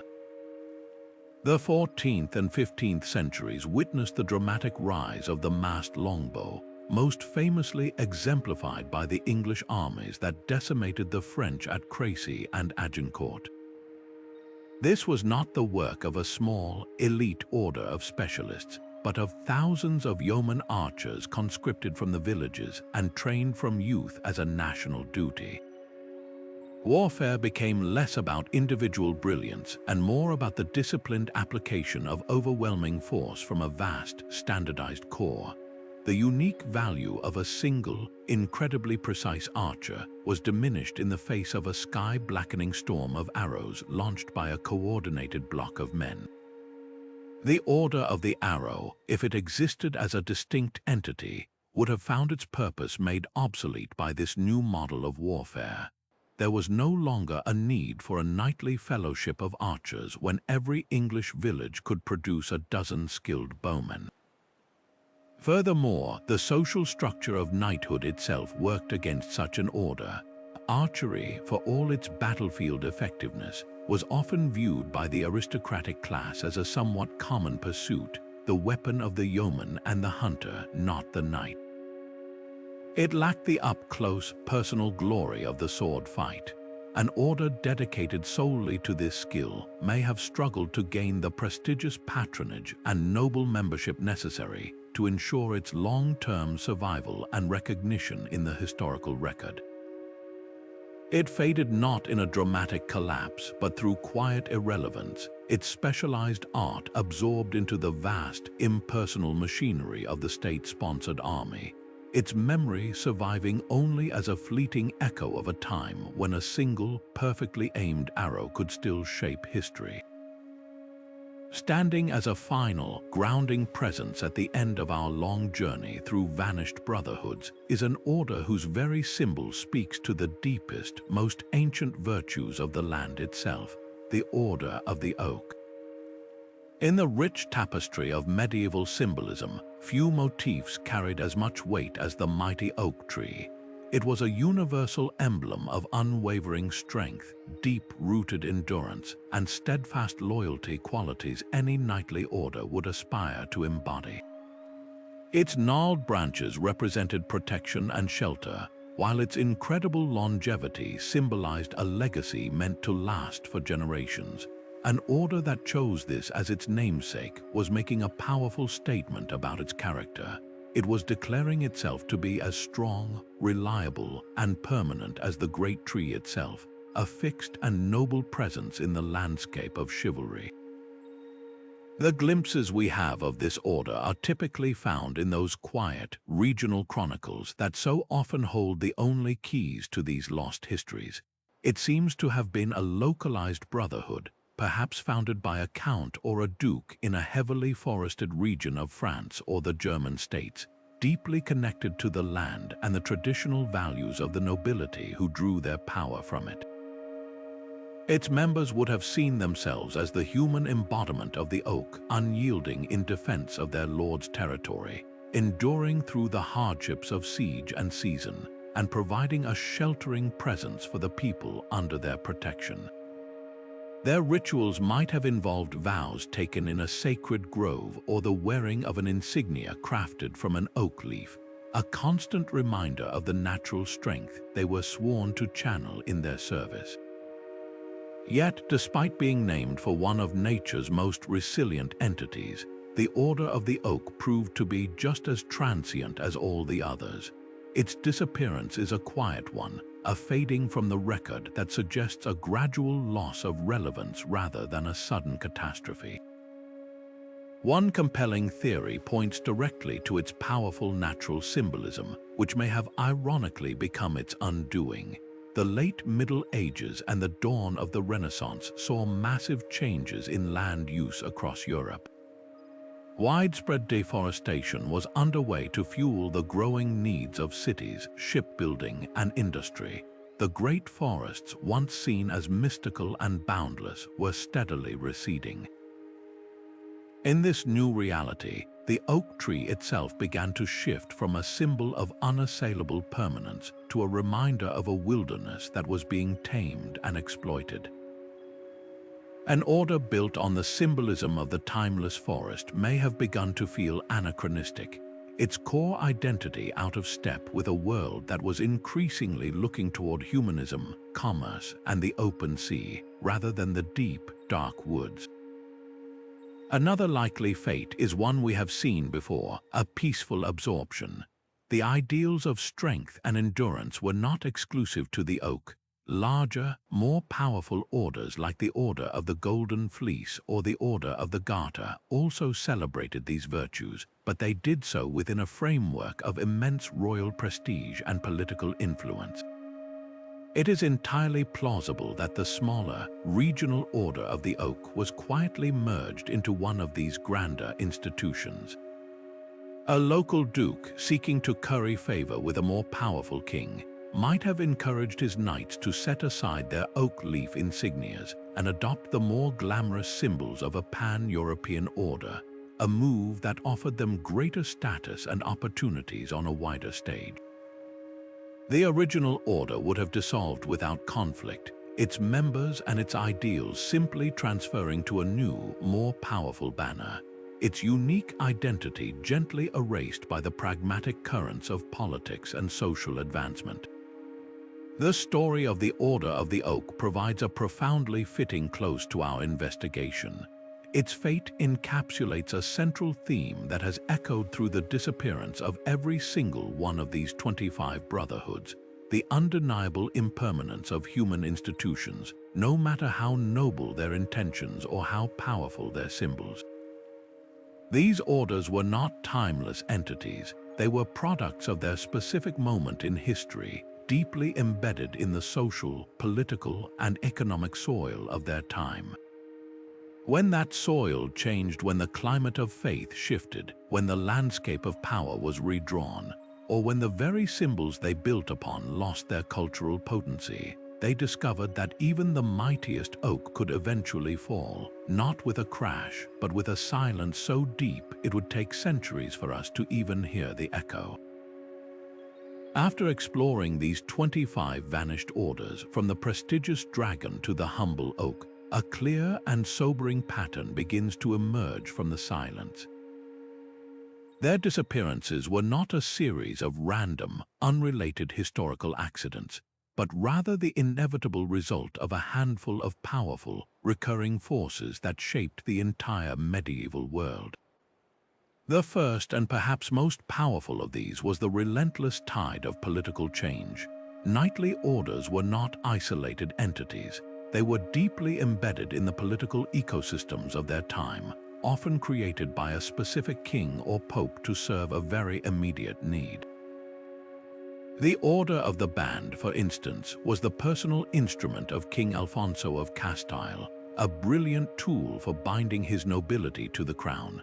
But when that king died and the political winds shifted, his successors had their own favorites and their own symbols of power to promote. The order, so intimately tied to one man's vision, found itself adrift in a new era with new priorities, its purpose fading as quickly as the memory of its founder. This was a common fate.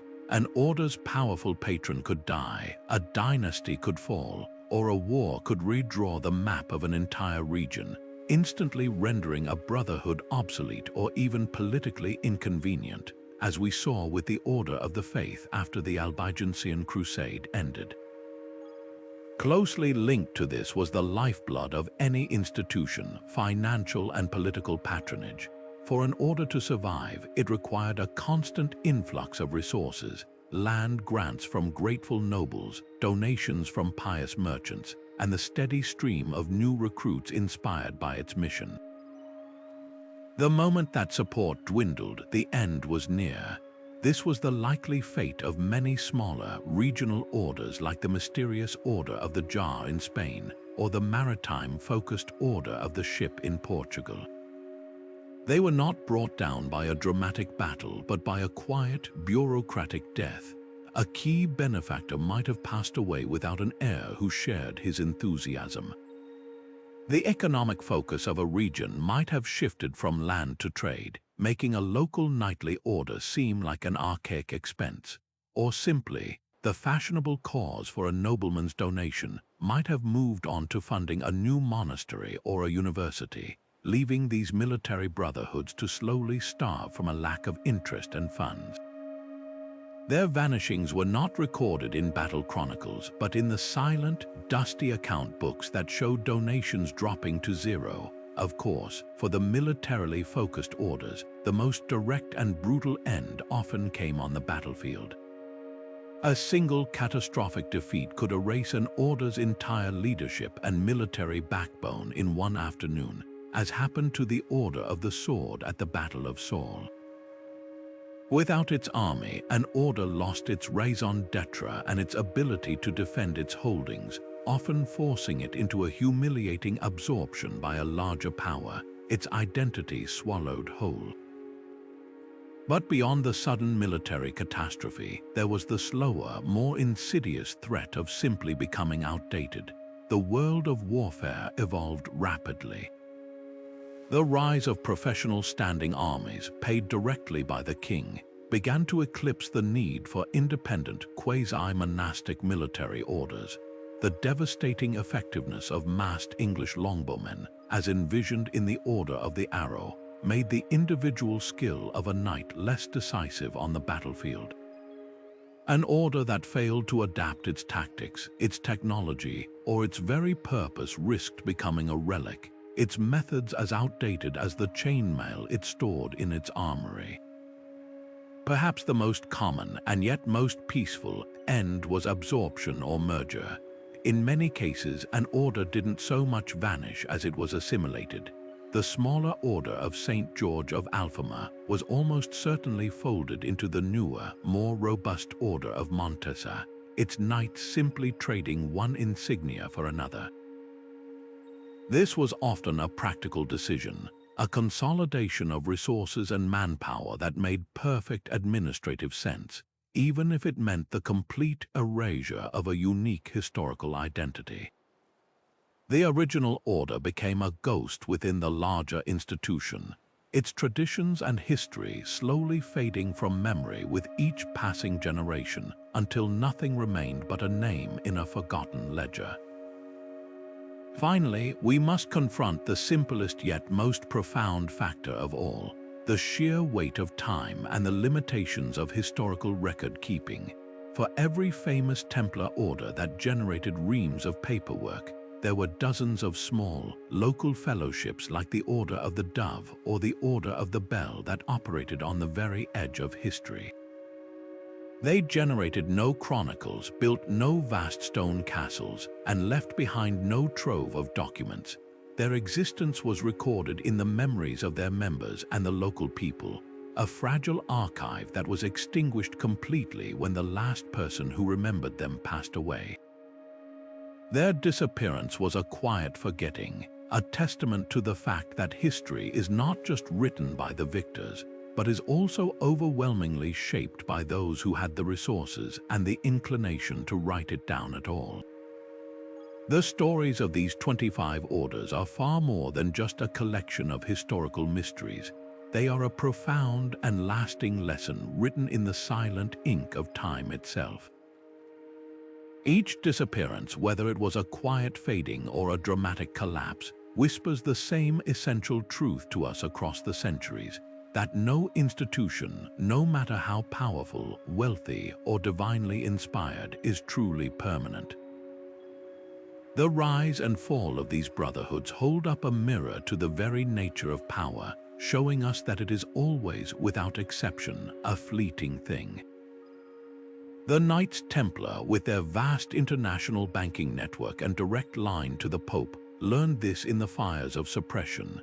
The Order of the Dragon, backed by kings and counting legends among its members, learned it through slow, silent obsolescence. Their legacies teach us that stability is an illusion, and that every great edifice of human creation is ultimately built on sand, waiting for the tide of change to eventually wash it away. This impermanence is not a reason for despair, but rather a powerful call to action. It makes the work of preserving our past not just an academic hobby, but a sacred duty to those who came before us, and a vital gift to those who will follow. Every crumbling manuscript that is digitized, every forgotten ruin that is carefully excavated, and every local legend that is recorded is a victory against the silent erasure that claimed these orders. We are in a constant race against time, decay, and forgetfulness, fighting to save the fragile echoes of stories like that of the Order of the Dove or the Order of the Ship before they fade into complete silence. When we lose a piece of history, we lose a part of our collective human story, a lesson in failure, a blueprint for a different way of living, or a warning from the past. The Vanished Knights remind us that memory is our most precious and most vulnerable resource. As we leave these ghostly brotherhoods behind, remember that their greatest legacy is the spark of curiosity they leave smoldering in us. For every mystery we have explored today, there are 1,000 more waiting in the shadows of history, from other lost orders to forgotten civilizations and enigmatic figures whose stories are begging to be uncovered. This journey doesn't end here, it continues with you. Let your own curiosity be the torch you carry forward. Dive into the history of your own local region. Question the accepted narratives, and always look for the hidden stories between the lines of the history books. The past is not a closed book, it is an ongoing excavation, and every one of us can be an archaeologist of the forgotten. If this journey into the world of vanished chivalry has captivated your imagination, you can ensure you never miss another deep dive into history's greatest puzzles. Liking this video helps others discover these forgotten stories, and subscribing to this channel is your direct invitation to join our next investigation into the unknown. I am incredibly eager to hear which of these 25 orders resonated most with you. Was it the tragic fate of the Sword Brothers, the cultural dream of the Order of the Crescent, or the profound mystery of the Holy Sepulchre? Share your thoughts and your own personal theories in the comments below. Let's continue this conversation together. Thank you so much for your time and your curiosity. Until our next adventure into the past, may your sense of wonder remain as steadfast as the night's